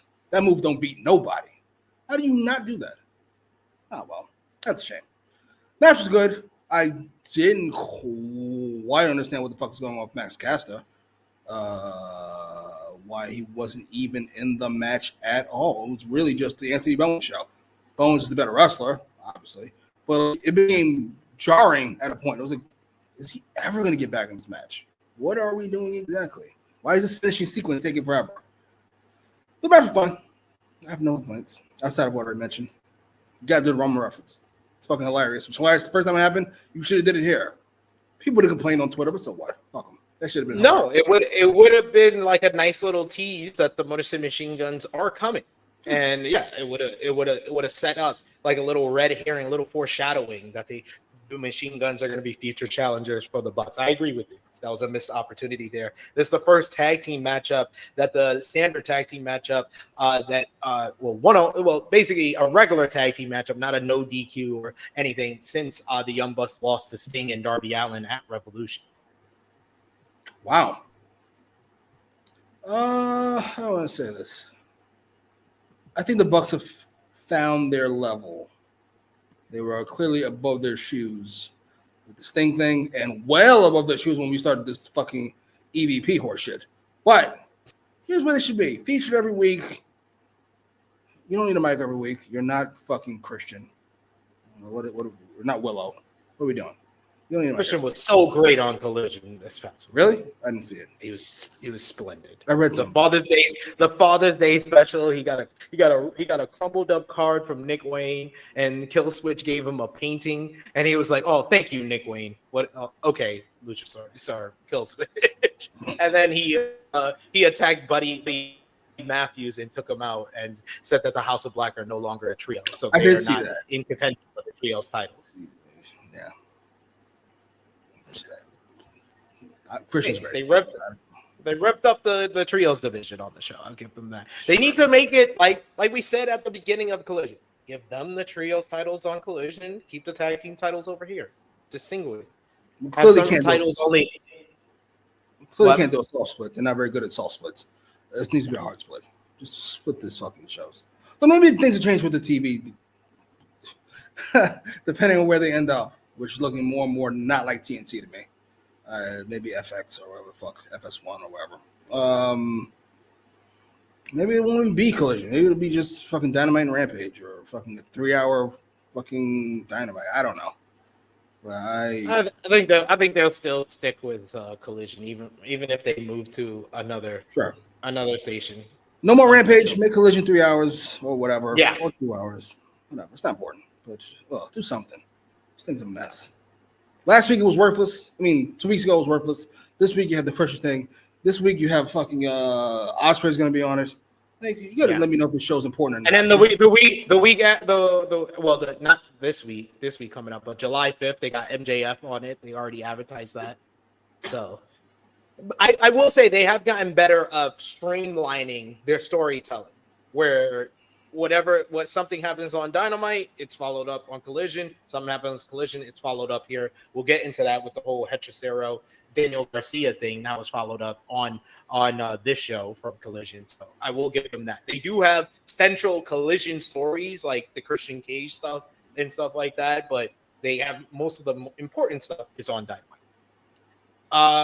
We have in the chat here another super chat donation. Thank you so much, Chuck Berries. We appreciate the support. Thank you.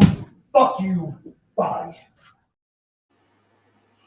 Chuck Berry says that Mercedes deal had to be sweet. She only does Dynamite and maybe some New Japan in the future. Yo, she shows up like every other week on Dynamite. She got one week in, 1 week off, 1 week in, 1 week off. She got a sweet deal. A good deal if you can get it. I'm not mad at it. She's got a deal like she's the star SP3 and you all thought she was. I tried to warn you she's not. I'm sorry. Things happen. This guy's awful. I'm never letting go. No. To the end of time. Okada is one of the funniest wrestling characters right now. His comedic timing is on another level right now. And speaking of Okada, he's going to be in action on Collision this week in an AEW Continental Championship Eliminator matchup against CMLL legend, Mexican wrestling legend, Ultimo Guerrero. I love that Ultimo Guerrero's his graphic here has him in the mask. I guarantee you he's not going to wear the mask during the matchup. He usually wears the mask to the ring and then takes it off before he wrestles. Gotcha. And he looks like one of my friend's Mexican aunts. Jesus. How old is he? 40 something? 50. He's in his 50s. Oh, Jesus. What the? Do we not care? Maybe this is a good way to. I'll be nice. I'll be nice. I know MJF already took shots at Okada's body. We're not doing that here. We're Okada fans. Don't do it, Skip. Don't do it, Skip.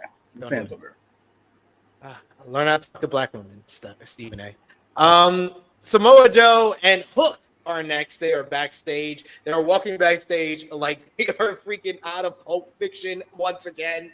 As they're talking about Joe's talking about how New Yorkers always say, "Oh, I got the best food here. I got the best chopped cheese here." It was like, "How do you think your rent is so high? Maybe you shouldn't say that you got the best of everything around you." And they go, he tells Hook to get ready, and he says, "Act tough." When we go in there, as they're about to rush the Premier Athlete's dressing room, he says he's tired of dealing with them, and he says he wants Hook to be extra.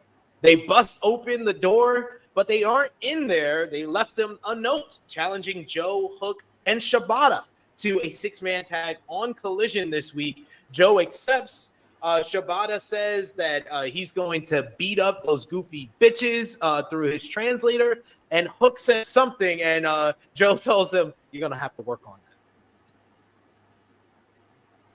I'm loving this little trio and their backstage antics. I do enjoy Joe as playing Julius from Pulp Fiction. What did you think? This is weird though, right? Like the feud with these people is weird, right? Yeah, I don't know why they're still going after the Premier Athletes because you kind of already got your revenge last week. Yeah, it's not like they've ever gotten one up on you. I'm so confused by this. Whatever. They have good chemistry together. How much time Hook has left, you think? Are they just gonna ride this out? I think it's like first quarter of 2025. He's gonna be a part of the free agent class of 2025 with Jordan Grace and Joe Hendry going to WWE, NXT. I popped so hard. Pause. Joe Hendry. I've been a fan for when he have his new music. It's got to be 2 years at this point, right? Yeah, it's like two, 3. He had it on the independent team. Oh well, he was in TNA at the time.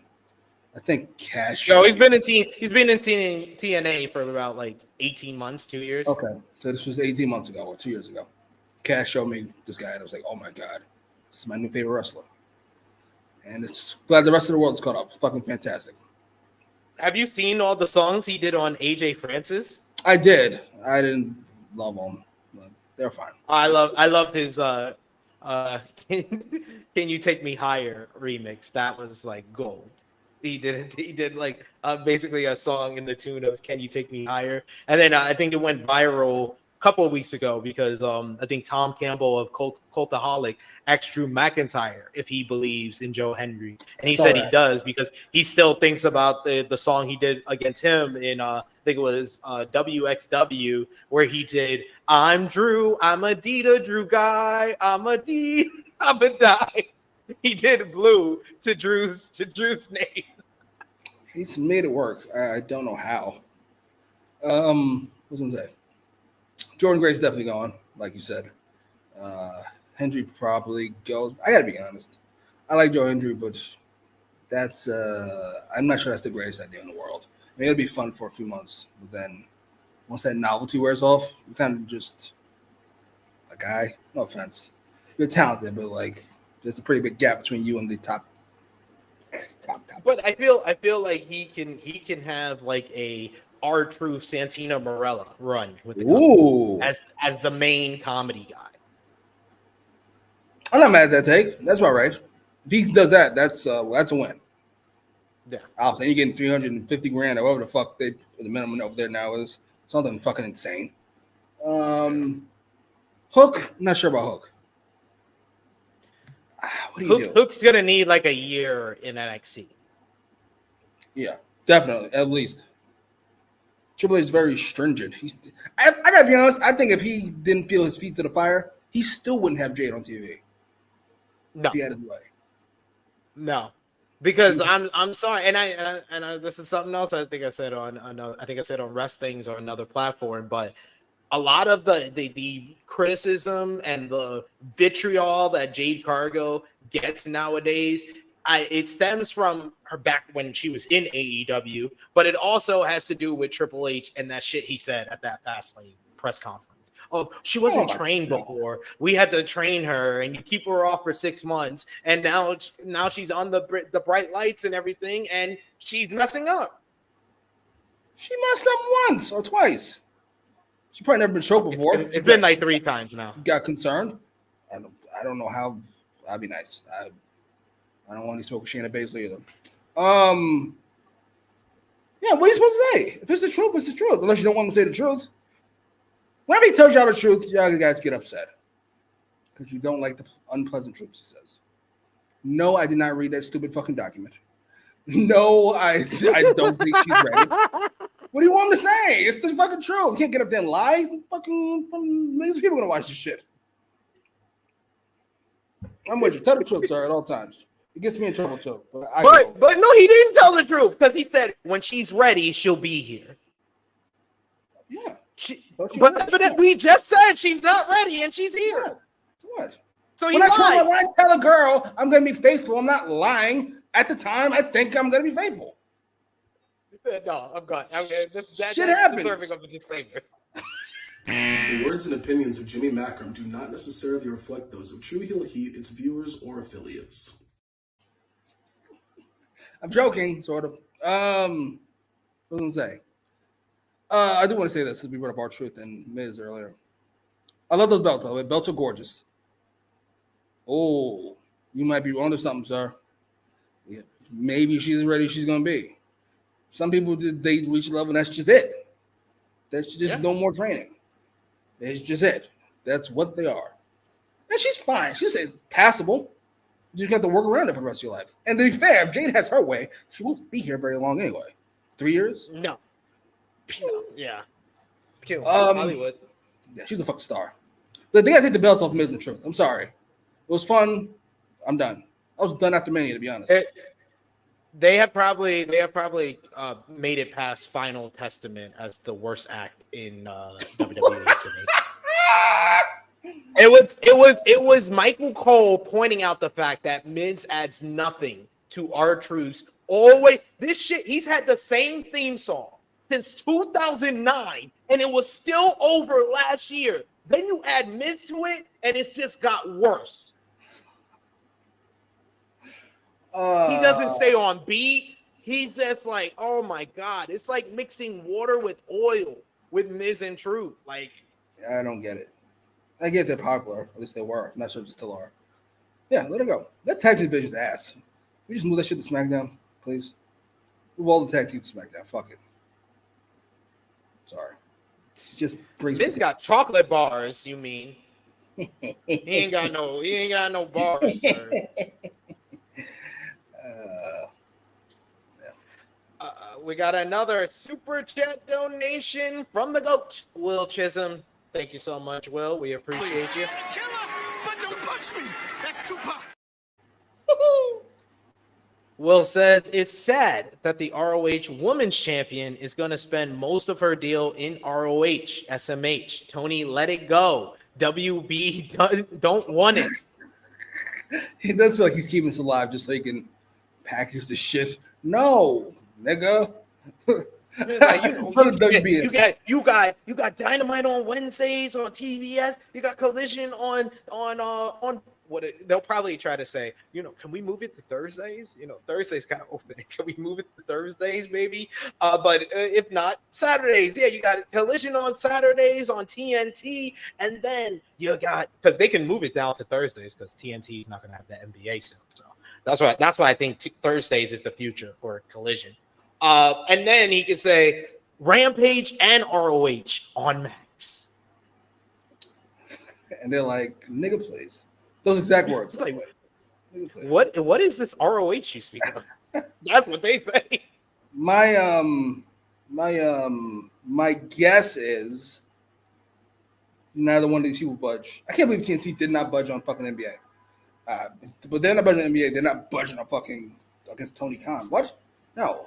We're not giving you $1 more. I don't give a fuck what you think we got. No. And Tony goes somewhere else. It's got to be someplace that wants fucking wrestling. Yeah.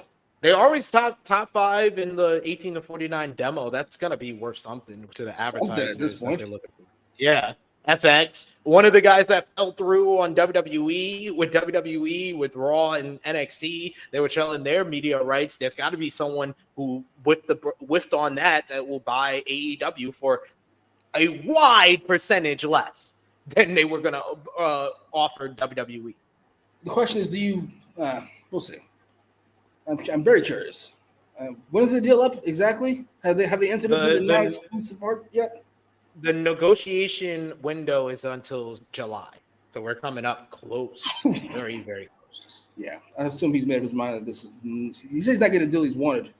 Sometimes I never listen to Suits because they're lying cocksuckers.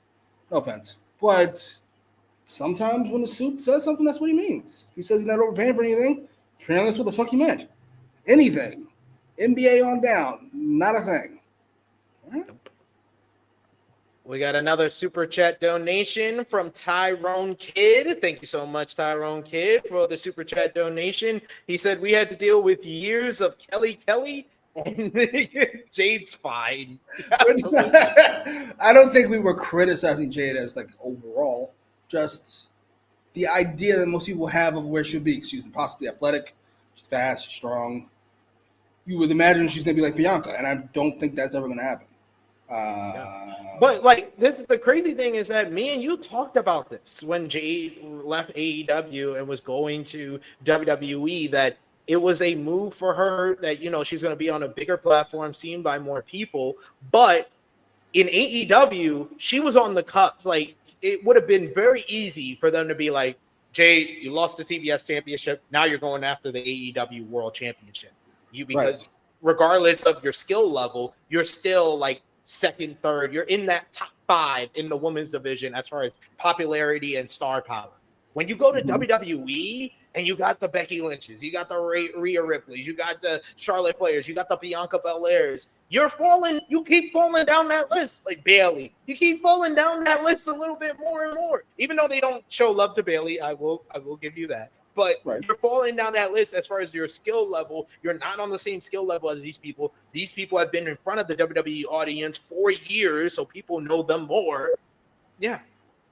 So you don't think Jade's ever going to reach where she thinks she's going to reach? I think Jade will be gone before she reaches where she thinks she can reach. Why? Because she'll go to Hollywood and she's a star in WWE. I think that you don't have to be that big of a star to transition into Hollywood, honestly. I don't know if it's going to be a successful run in Hollywood, but I don't think you need to be that much. She can take it. You got Tiffany Stratton already signed with a talent agency. Yeah, and did what? We don't know. It just happened 3 weeks ago. We don't know. Talent agency.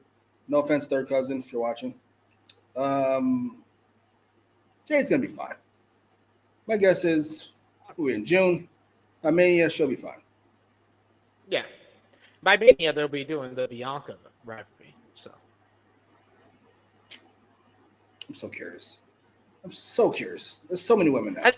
I also think Jade will be helped by if she goes heel. I think that's her natural role. Certainly. She's a jarringly good-looking person. She's gigantic. She's ripped. She comes across as impossibly confident, which can throw some people off. Yes, she's a heel. Fucking clearly. And I think that will help with her confidence issue, which, you saw the viral video of Bianca telling her to keep her head up. And she had to deal with a lot that weekend with losing her luggage and stuff like that. And then the slip up. I mean, somebody else found ropes later. It was Priest, right? Yeah, but Priest said, I got to give Priest credit. He made that a part of the match. He was like, keep me here. Yeah, outside of that, what has she done? I can't even think he got lost at Backlash because, I gave credit to the fans being too loud, and that's why she lost her place in that matchup. And this is the next one? I think King and Queen of the Ring, they had a matchup, but that was fine. That was no issues. And then the slip up here. Yeah, it seems like she's fucking. I can't think of a serious botch guy. Mystico. When he was Sin Cara. Making it sound like she's fucking Sin Cara. 2 in 2 months is fine, and I don't count the tap out. That's somebody who's never been in a real fight because she's gigantic and never had to have a real fight. She felt a little bit of pressure. Oh shit! Oh. Man, you're okay. Relax. You're okay. I'm not gonna choke you out. I'm a professional. Next up, we had on Dynamite the AEW World Title contract signing. Timeless Toni Storm and Mina Shirakawa ahead of Forbidden Door. Mariah May is the host for the signing, and she introduces her good friend Mina Shirakawa, as well as the AEW Women's World Champion, Timeless Toni Storm. And she says that no matter what happens, she loves the both of them. Shirakawa, though, interrupts her and cuts her off, telling her to shut up, saying that in Stardom, Storm was a legend, and in AEW has become a star. As AEW Women's World Champion, she has gotten soft and weak. As everybody says, we want Mina. She's going to take her title, and she's going to take her girl. Before she signs the contract, Timeless Toni Storm says that she will slap Shirakawa's tits off if she raises her voice to May ever again. If Shirakawa wants Toni Storm, this buffet is wide open. So grab a bowl and line up. All she has to do is listen to her advice, chin up, tits out, and watch for the shoe.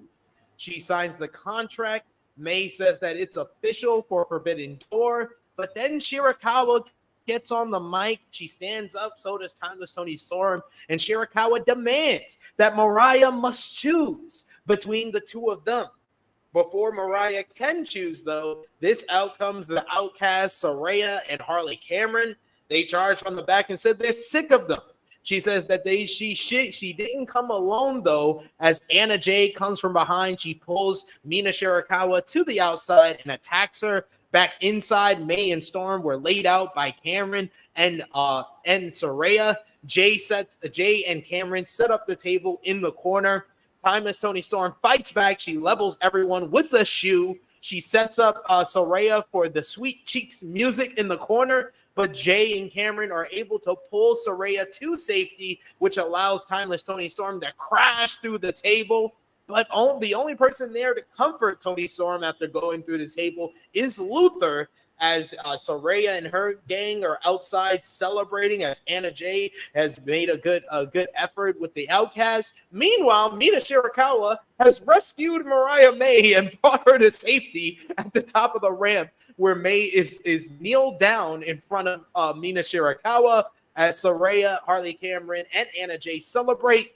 This sets up Mina Shirakawa teaming up with her opponent at Forbidden Door, Timeless Toni Storm, as well as Mariah May, to verse Saraya, Anna Jay, and Harley Cameron coming up next week on Dynamite. What did you think about this contract signing here? I really like the love triangle. I've been a fan of it. I wasn't too sure about the Saraya inclusion, but I'll be honest, I've been enjoying Saraya's character work a whole lot in this whole angle, her being involved in this, her getting the win, and then the what she had to say here. I've been enjoying it. I've been enjoying the kind of the inclusion of Saraya in this story so far. She doesn't bother me as part of this group. Not part of this group. The group bothers me because it's I'll be nice. We're gonna be nice. It's a positive day. It's the day after Juneteenth. We're gonna be nice to milk. Segment was fine. Toni Storm was great, as per usual. Mina was great. Mariah was probably the standout for me. She's got great picture reactions.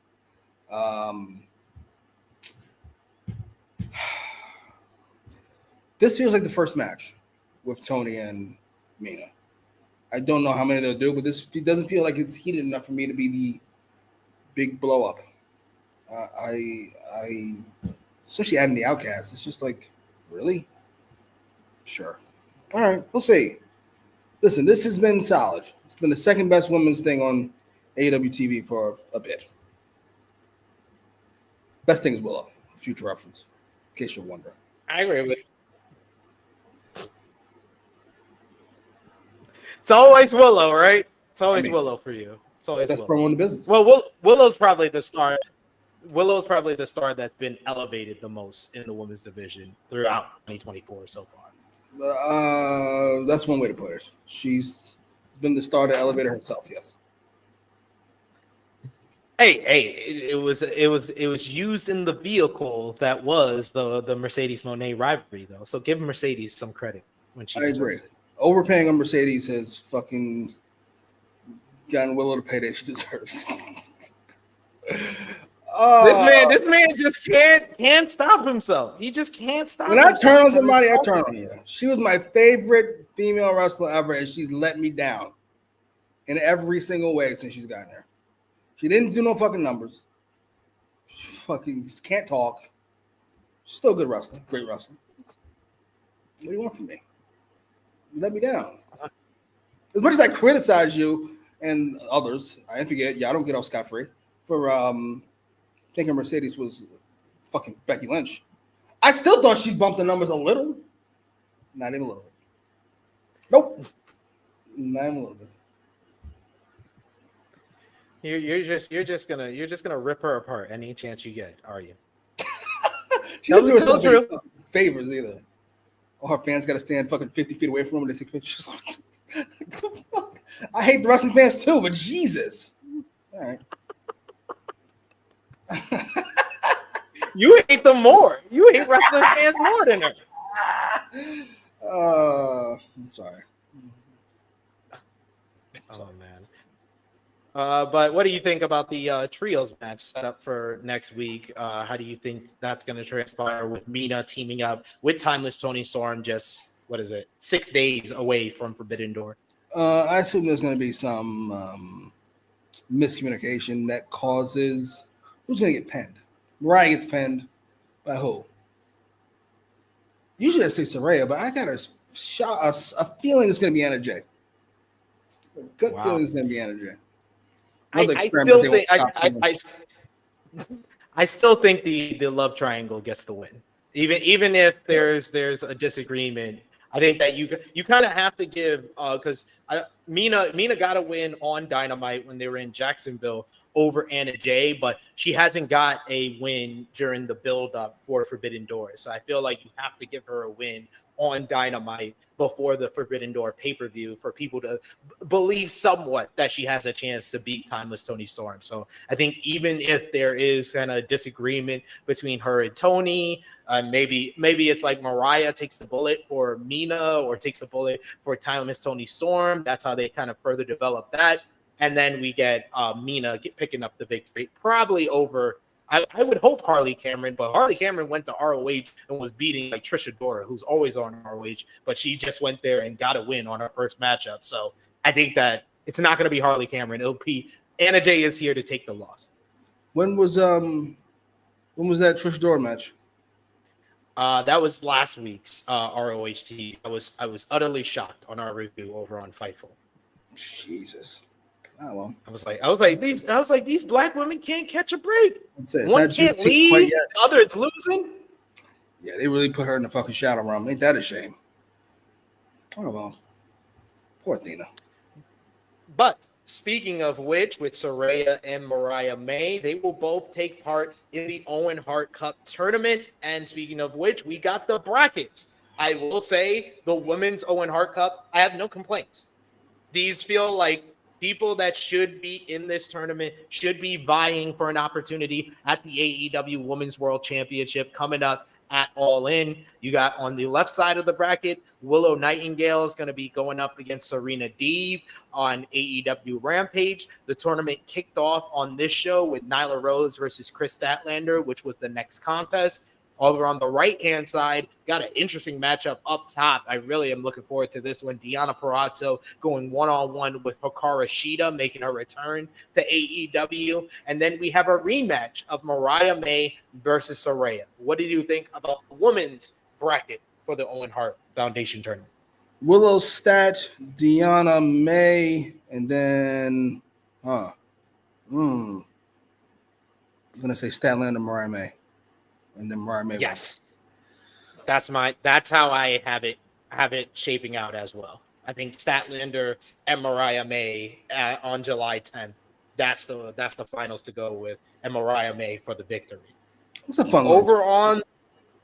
Yeah, I really like the women's bracket. Now we saw online a lot of people had their issues with the men's side of the bracket.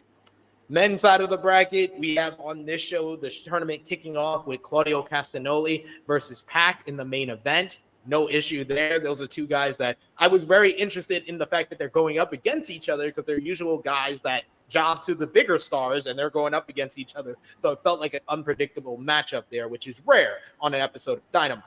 The bottom half of the left side of the bracket, Bryan Danielson, the American Dragon, versus the Rampage Dragon from New Japan Pro Wrestling, Shingo Takagi. That matchup was announced for the Forbidden Door pay-per-view. Thank you, Tony Khan. I'm looking forward to that one. And on the right-hand side of the bracket, you got Ray Phoenix versus Switchblade Jay White. I'm very happy Switchblade is in the tournament. And then the bottom half of the right-hand side of the bracket is where a lot of people had their issues with Jeff Jarrett being in the tournament. I understood it. Jeff Jarrett, former tag team partner of Owen Hart. I understand that. I just don't understand it with the stakes that they put into the tournament, why he is here, and someone like, I don't know, MJF, I don't know, former world champion Samoa Joe.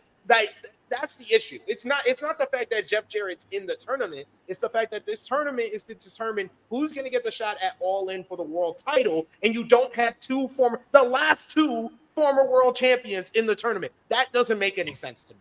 And then the wild card is where I'm very interested. I am calling for Hangman Adam Page to be the wild card. Yeah, gotta be. This is where you've got to do some legwork here that you should have done already. And I don't mean video packages like Ice Cube Sun says and was right about, and you all shit on them, you know you all not watch video packages. That's okay. I'm talking about Joe. To me, already feels semi-retired. Maybe not in real life, but like in this angle he's in, he's not the guy. Clearly, he's more interested in building Hook. So if we would have said more of that, that'd been fine. We need a hell of an explanation why MJF's not in this.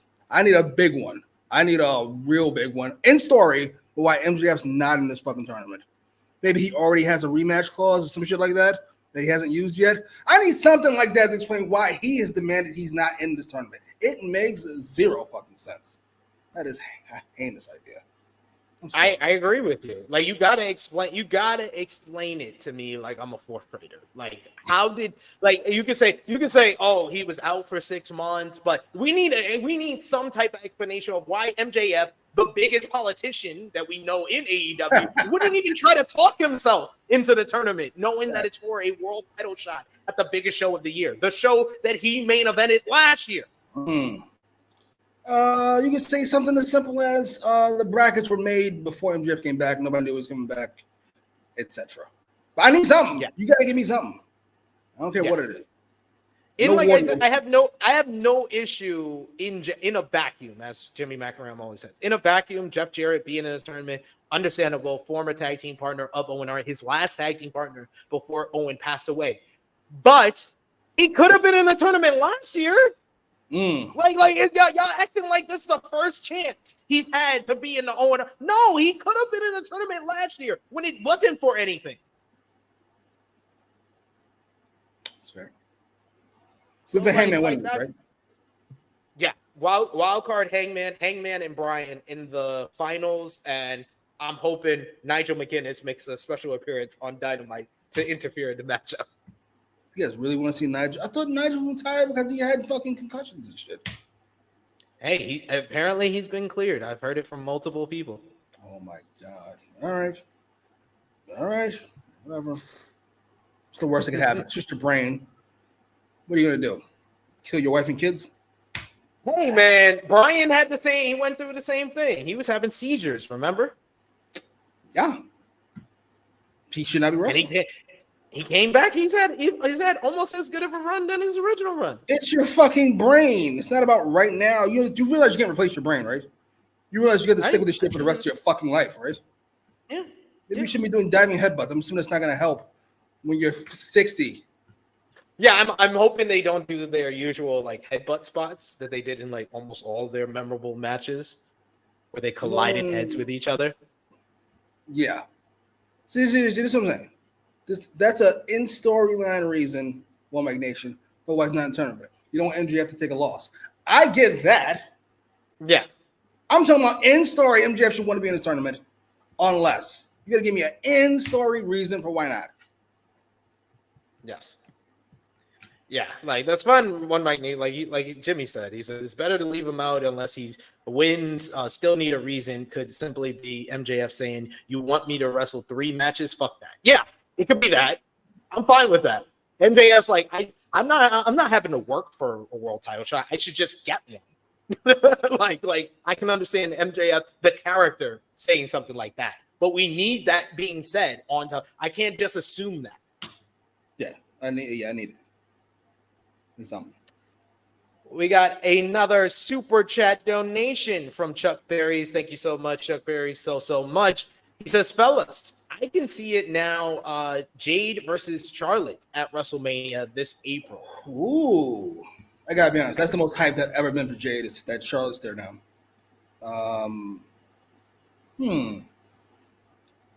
It's interesting because you got Bianca, Jade. There's so many women that should probably have Bianca has like 3 options for her at WrestleMania 41. Either Jade following up from this tag team run, Charlotte because that's who she was supposed to face at 40, or Rhea because they teased that like 2 years ago now. I think you got to do Rhea because I can't see anybody else for Rhea once she beats up Liv, and she should beat up Liv. It should be a murder. Yeah, Jade and Charlotte. It doesn't matter then. What Tiffy time? She might be the tag champ by then. Yeah. I think Tiffy wins Money in the Bank. So I think she might be WWE Women's Champion by the time we get to WrestleMania. Oh my God, I'm here for it. I'm so happy. Yeah, she's fucking fantastic. In my fantasy booking head, I'm sorry, CM Punk, don't eat donuts and assault me. In my fantasy booking head, terrible fucking idea, you fucking bum. That was terrible. That was terrible. A terrible booking idea. But in my head, you have Tiffy win the Money in the Bank. They started the whole angle that she's trying to be partners with Nia Jax, but she cashes in during Nia Jax's title match at SummerSlam. After Nia does all the work on Bayley, she throws Nia out, hits her with the briefcase, gets involved, make it a triple threat, and she gets the pin on Bayley. I'm not mad at that take. It feels early for fucking Tiffy, but I'm not mad at it. Fuck it. Let's do it. You gotta strike while the iron's hot with one of these young stars, in my opinion. Or you can have Nia win the belt and have a 2-month run to fuck her over. You could do it. I think Nia already got her big moment with the Queen of the Ring, so I don't know if she's already been a champion before. So I'm glad she got this run. She should have been in a Mania. I'm glad she's getting this little run. She deserved it. She's been much improved since she came back. Best run of her career. She might be my most improved for 2024. Ooh. I ain't mad at that take. I agree. Yeah. We got Capone who says Shane is a WWE plant to destroy AEW. Triple H has already shown. He showed The Rock and Brian What's-His-Face. I'm not one to fuck with. I does this for a living, dogs. I wouldn't be shocked. I wouldn't be completely shocked. This is a long-term plan. Long-term storytelling. That's what Triple H is all about. It's all about. Then Cody wins, and then he just gives you the title shot. Oh, man, that's great. Next up, we had the start of the Owen Hart Cup Women's Tournament. Chris Statlander with Stokely Hathaway. I love this entrance. I love Stokely just talking shit during the entrance. And then the and then the random rap music. And Nyla Rose got a big pop. I know this is close to her hometown in Washington, D.C. in Fairfax, Virginia, but I was quite surprised that she got that big a reaction crowd cheering for Rose, which made her the babyface in this matchup going against the freshly heel Chris Statlander. And they had a nice little female hoss fight. Both ladies hitting each other really hard with some big moves. You had Nyla with the big cannonball in the corner for a near fall. Statlander escaped the beast bomb and decked Rose with a nice looking scissors kick for a near fall of her own.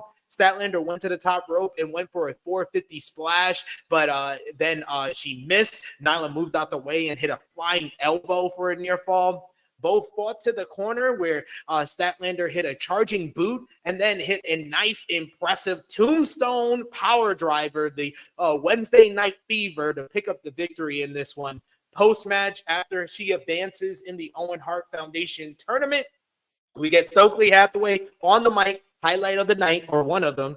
He says that if Willow Nightingale ever puts her hands on him ever again, she'll be pop locking in the jail cell like Justin Timberlake.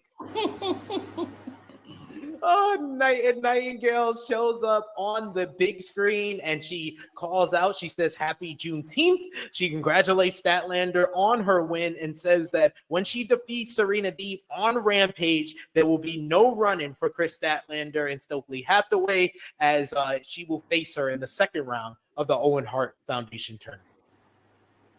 What did you think? Pictures of Willow. What the fuck's going on here?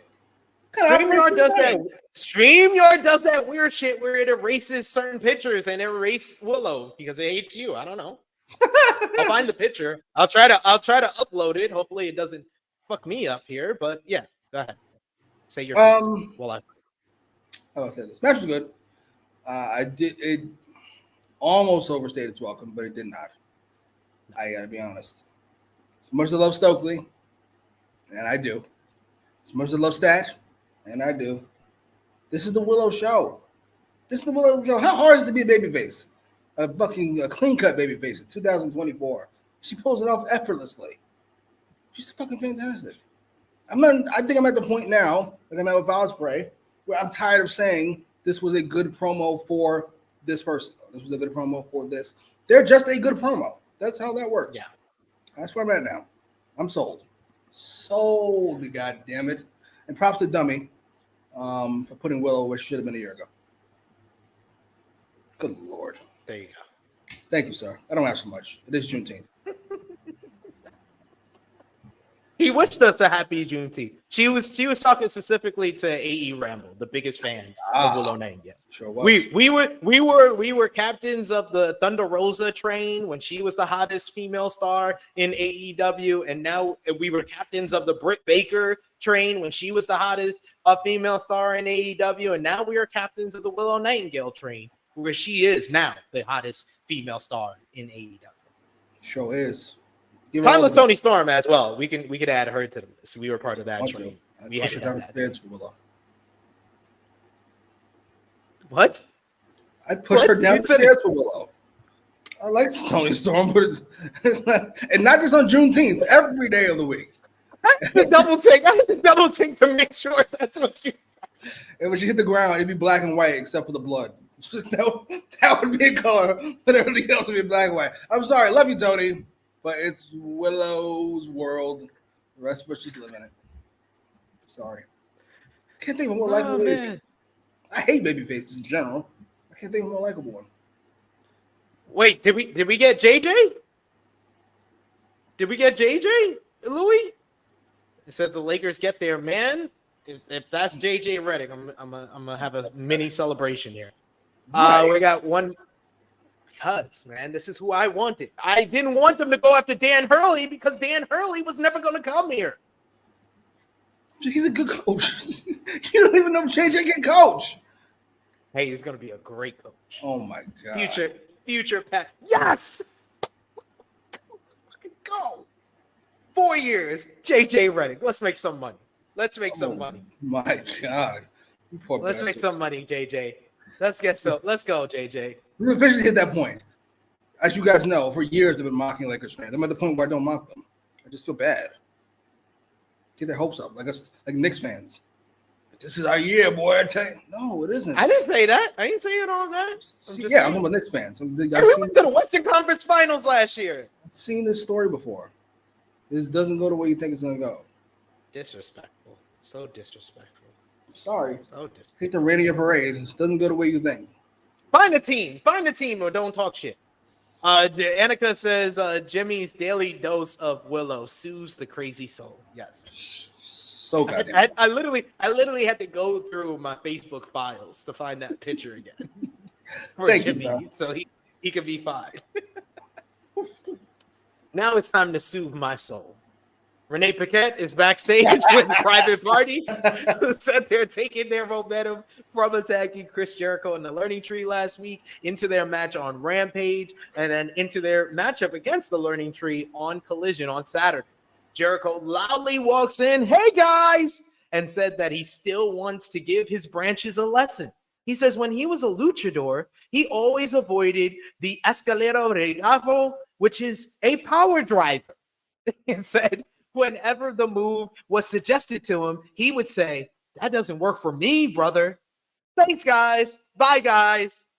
And Jim Big Bill, who, as we keep saying, has been one of the highlights of this thing that no one talks about. Big Bill says, you guys made quite the first impression, but you should know not all first impressions are good. And then Brian Keefe, who is also one of my highlights of this whole act, says, if you want to tope Carlito, you better make sure you respect Chris Jericho.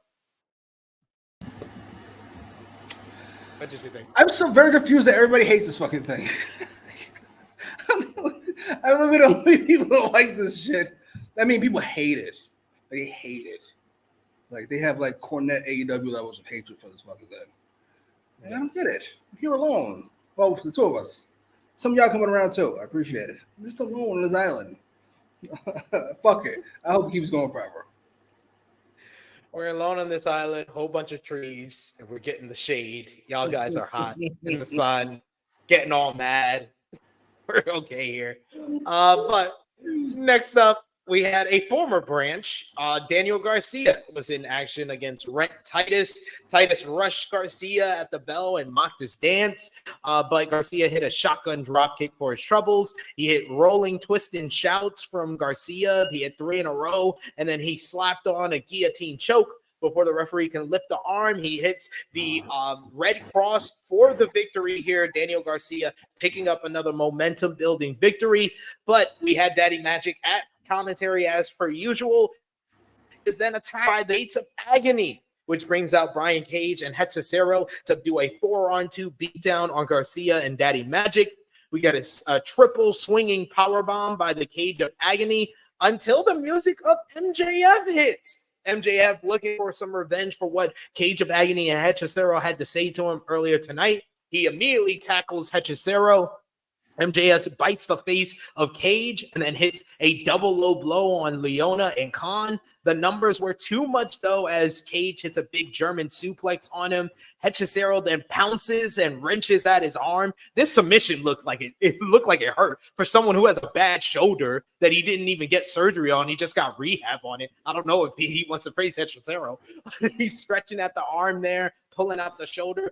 But then the music of freaking Will Ospreay hits. Ospreay comes out. He hits a double handspring Pele kick on the Cage of Agony. MJF helps him out, taking out Cage on the other side of the ring. And then they do the back up into each other's backs. And we get a huge pop and holy chit chants from this Fairfax crowd as MJF and Will Ospreay go face to face for the first time in AEW. The electricity from this moment, the reaction from the fans was amazing here. It felt like a big time matchup that they were teasing here. And then we get Garcia looking at the international championship as MJF bails out of the ring. And we get a brief stare down with Ospreay and Garcia continuing to tease their potential international championship matchup. What did you think about the match with Garcia getting a quick win, and then the post-match, which was the more important part with the MJF and Ospreay stare down? As far as the match, who cares? Daniel Garcia, listen, it's over. On restart number 4 or 5. Time to add him to the list. He gets to join Wardlow and Hobbs and who else? Who else on the fucking list? Motherfuckers who... Ricky. Oh. It hurts. I've forgotten about him. God damn. Yeah, MJ list. Sorry. As far as the aftermath, last week we compared MJF, Swerve, and Ospreay to Austin Rock and Triple H, that triumvirate of main eventers. Well, we found out who Austin and Rock are. That would be these two. Sorry, brother. You are number 3, a big number 3, a main eventer, an important guy. But yeah, you're number 3. Great character. But a step down. I'm sorry. I don't make the rules here. A step down. Because I felt it too. MJF and Ospreay are like, they're them. I don't really know what to tell you. I look forward to that match. As long as it's not for the International All-Atlantic Continental Ass Championship. I have zero interest in that. It brings it down. It brings it down significantly if it's for that stupid ass belt. I'm sorry. I like the fact that they did this now because that creates more unpredictability in the Ospreay Swerve matchup. Because you would think MJF is doing this stare down to Will Ospreay to set up an AEW World Championship matchup with Will Ospreay. You would think so. But I mean, we sure that's not happening. Yeah, I'm not too sure. I'm just gonna put it out. I'm not too sure because I think that they are. Yeah, they might try to do this for the International Championship, and I just think that that's a mistake. It's gross. It's beneath them. This belt was already beneath Ospreay when he won it. It's certainly beneath him and versus MJF. I'm sorry. I don't know how the math on that works. Somebody's had to explain this math about like why certain things added make things worse. Clearly, it's not addition, it's division. Like Austin and Rock is gigantic. Austin and Rock and X-Pac is not as big. Even though all you did was add something. I don't know how that math works. It's just the truth. Adding the International Championship makes it worse. I don't know why.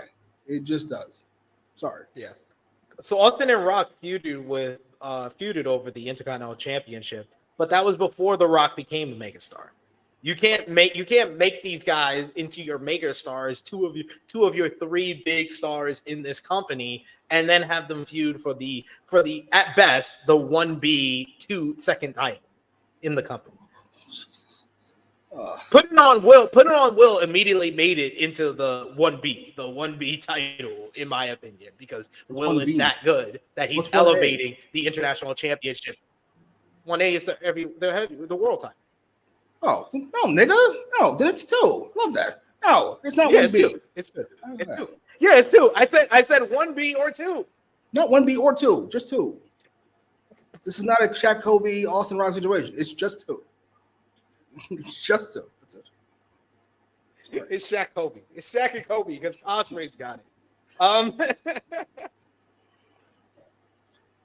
I do agree though. Like I said, as long as the wild card in the Owen is Hangman Adam Page, I got no issues.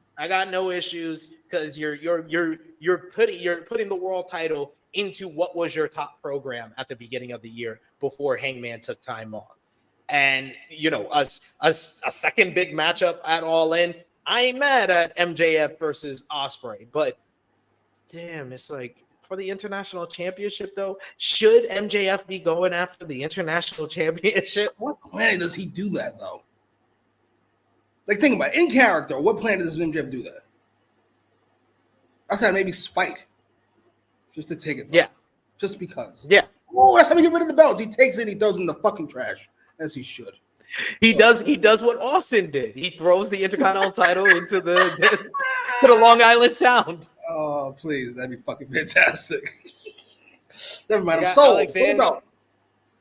We got Alexander who says Garcia will probably take the title off of Ospreay. And Garcia did cut a promo with Alicia Atout on AEW social media where he said he's going to wait till Ospreay is done dealing with Swerve, and then he's going to win his opportunity at the International Championship. So that's going to be after Forbidden Door. Look at that guy. That guy looks like he can beat Will Ospreay. Come on, man.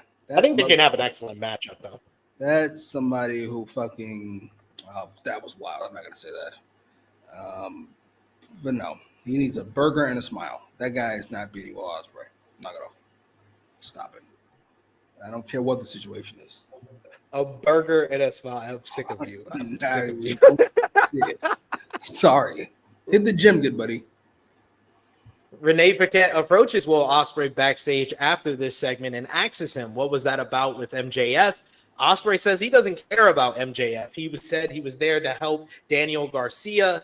Brian Cage comes storming in and was held back by security as he challenged Will Ospreay for the International Championship, and Ospreay accepts for this Saturday on Collision. Cage was taken away, and Ospreay gave a long look at his title, and it really felt like that Swerve got into his head, that he's realizing that maybe he's been on too much by having the international title and going after the world championship. And like I said to you, I'll say it here. This whole episode, we talked about it last week, how Swerve kicking off the show and then ending the show made him feel like the main character. But then this show made Ospreay feel like the main character. Everybody's gunning for the international championship. He's going after the world title at the same time. It just felt like he was the main character of AEW, and it did not feel like he wasn't suited for it. It felt like the perfect thing for it.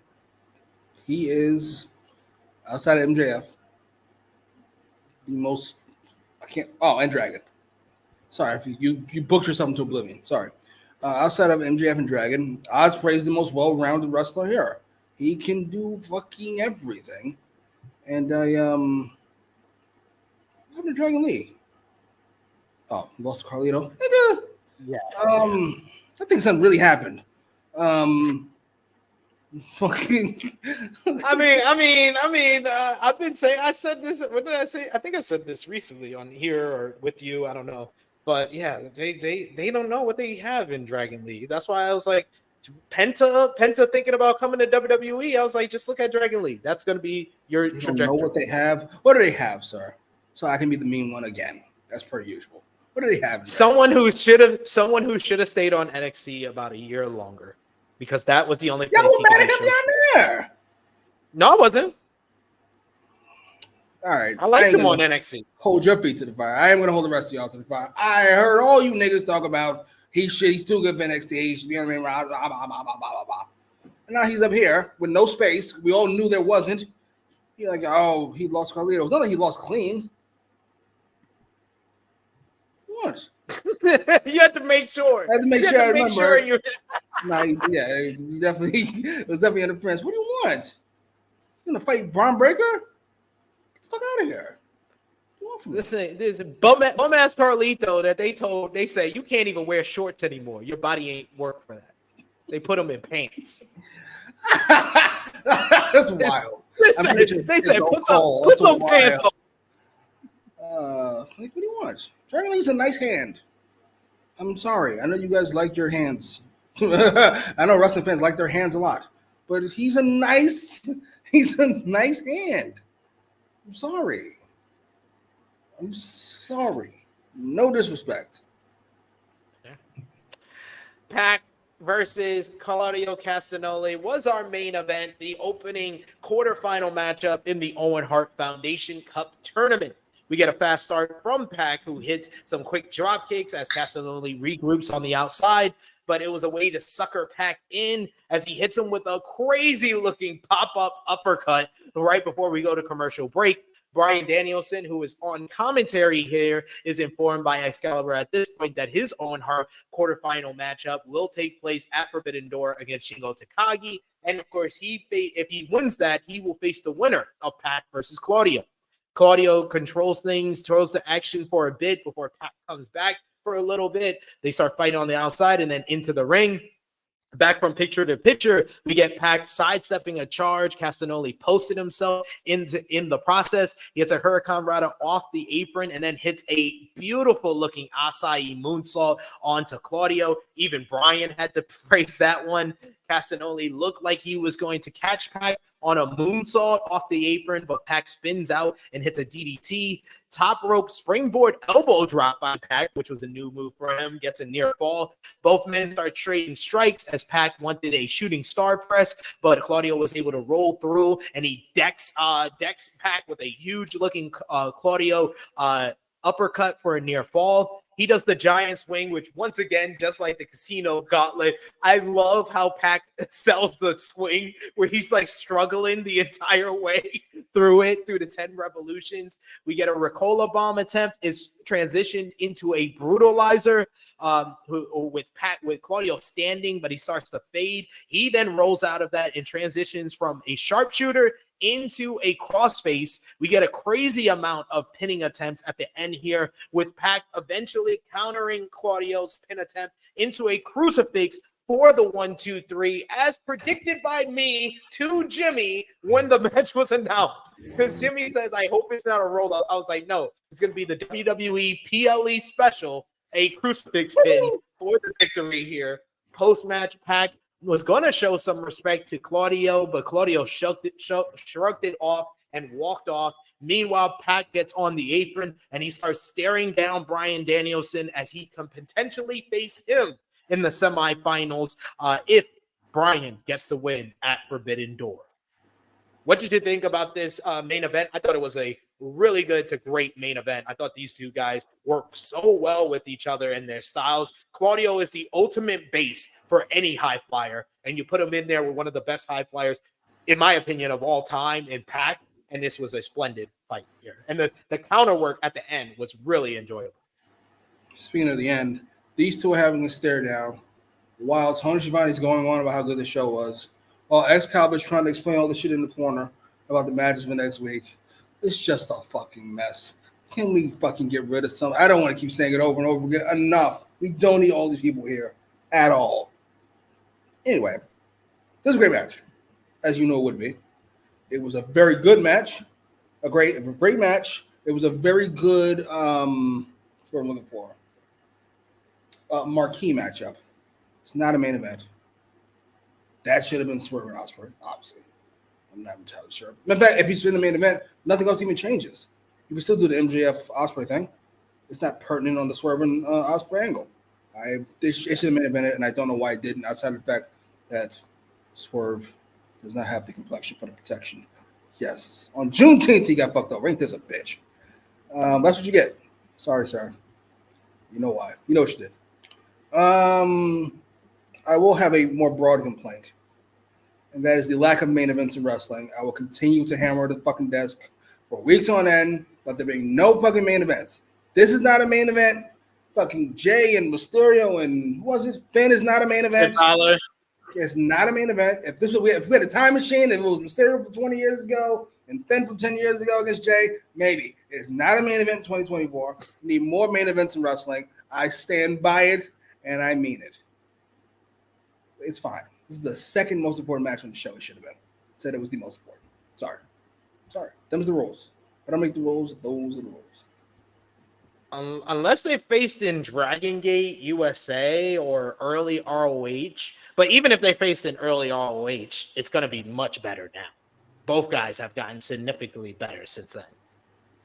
Another complaint. Sorry. Picking up Dragon and PAC never fighting. It's not a main event, Frank Ward. I just said that. I remember Romeo was arguing with somebody about Andrade and Dragon being a dream match or not a dream match, and they said it happened already, so it's not a dream match. Andrade and Dragon is not a dream match because it's not a fucking dream match. It doesn't matter if it happened before or not. It just isn't a dream match. I'm fucking sorry. No disrespect to anybody.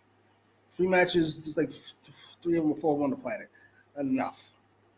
And no, Dragon and PAC and wrestled before. It's not a dream match before you all even get started. It isn't. We also got the announcement during the end here. Switchblade Jay White versus Ray Phoenix in the Owen Hart Foundation tournament will take place on next week's show, as well as Swerve Strickland teaming up with Will Ospreay to verse the Gates of Agony. I like how they did that angle with Ospreay, coming out to make the save against Cage of Agony. And I didn't even think of the correlation that this is Swerve's former stablemates. I did like that little addition. What was I going to say? I did like Swerve saying he dumped his group. That is not what happened. That is not what happened, but I love the revisiting his history. Sure, we'll go with that. Swerve and Ospreay versus the Gates of Agony. Listen, the Gates of Agony lose every match, but you know what? That is a dream match. Not dream match, a main event rather. Austin and Triple H teaming up to fight fucking two bums. APA. It's a main event. That's Austin and Rock versus APA. I'm pretty sure. Event. It's probably main event in a Raw before. That is a main event. Yeah, that better be the main event of next week's show. Better be. Them must be the rules. We got another super chat donation. Thank you so much, good brother Chuck Berries. Y'all guys are killing it today. We appreciate all the support you guys gave us throughout this show. So here is one of our favorites. You don't know shit. And I'll give you. Did they erase it? Oh no, there we go. You fucking mark. Absolutely. Chuck Berry says, do you see the BCC dismembering anytime soon? I think I can echo what Jimmy is thinking. I hope. Please and thank you. You had a run. Started off as an all-time angle. I still love that angle. It doesn't ruin it. It hasn't been ruined for me. From Moxley and Dragon meeting, through the fight, through Regal, through fucking Yuta putting BCC on his chest and blood. All-time great wrestling angle. And now it's just there. Okay, I got another piece of fantasy booking. I need them to do like a ceremony with a BCC giving a farewell to Brian after like All In, where they say, oh, he's done with his full-time career. He did the 1 year, and Claudio attacks Brian during that whole ceremony. And you turn Claudio heel, and he feuds with Moxley coming out of this. And that's how you break up BCC. He destroys Wheeler Yuta on like an episode of Dynamite, and the pay-per-view match is him and Moxley before Dragon comes back for his part-time. You got to make somebody a heel out of this, and I don't want it to be Wheeler Yuta. Where's Dragon? Dragon's getting, he's going to end his full-time run. Yes, and we kick Claudio out, and we only accept young people into this fucking group. Claudio is the one that's been teasing that he's going heel, and he teased it here at the end of this matchup. He's getting more and more frustrated. By we, I mean us, regular people, not wrestling fans. We don't care about Claudio. I'm sorry. We don't. We've seen it already. But also you care about Brian. That's why you get the heat with Claudio. You're not going to get him any heat. I'm sorry. It's not going to happen. He can stab fucking Mother Teresa. We don't care. We don't care. What's Claudio going to do? Talk? Stop it. It's never going to happen. You guys are trying to make this Claudio thing happen for 20 years. It's not going to happen. Just let it go. It's over. It's done. He is what he is. Upper mid-card guy. Fantastic base. Great wrestler. But that's it. Sorry. Yeah, dismantle. You are right, Will.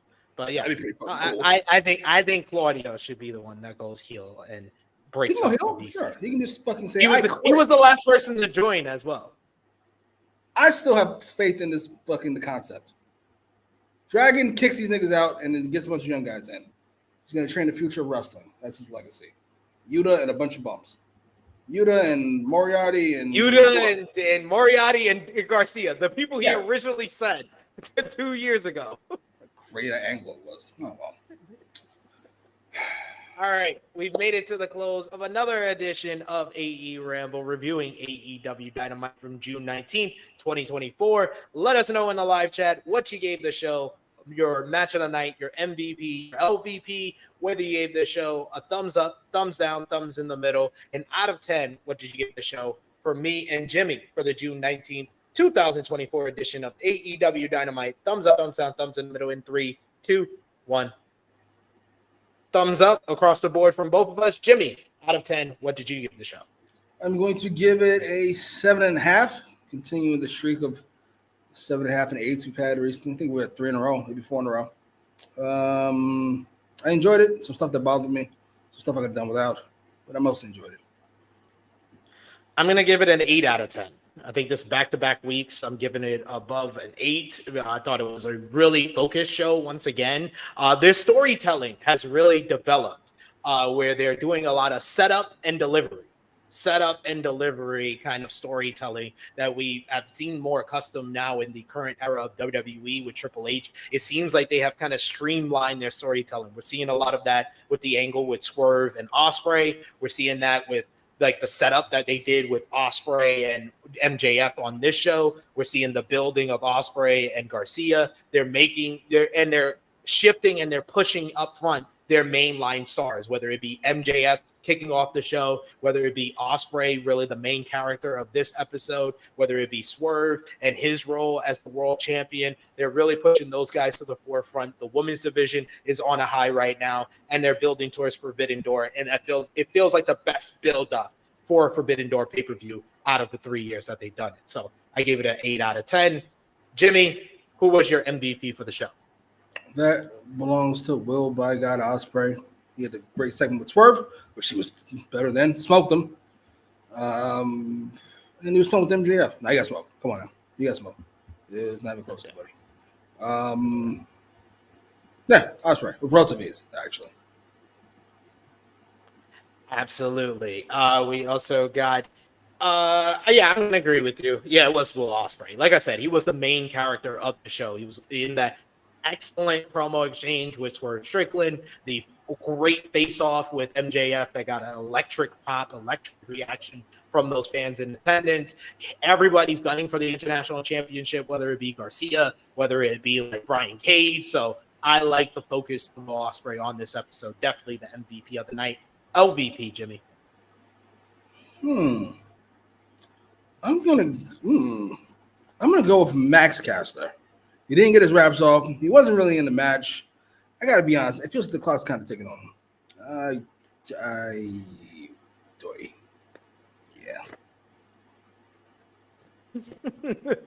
MVP for the show. Damn, that was a good argument for Max Caster.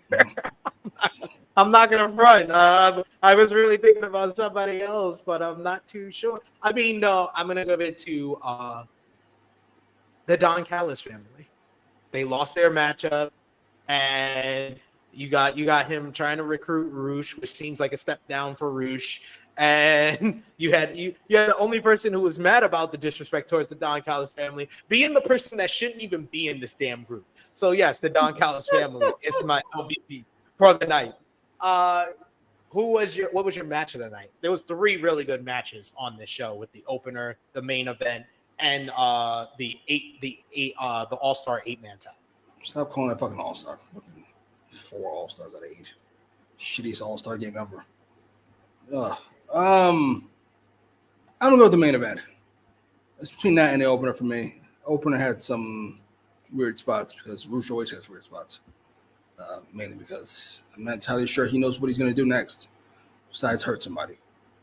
I'm gonna go with the main event. Yeah, I'm gonna agree with you. Make it unanimous. Match of the night: PAC versus Claudio Castagnoli in the Owen Hart tournament. So that brings us to a close on AEWramble. Jimmy, let everybody know where they can follow you on social media and what you got on tap on your channel. You're really trying to get this Man A Rose thing over, huh? Get it? Yeah.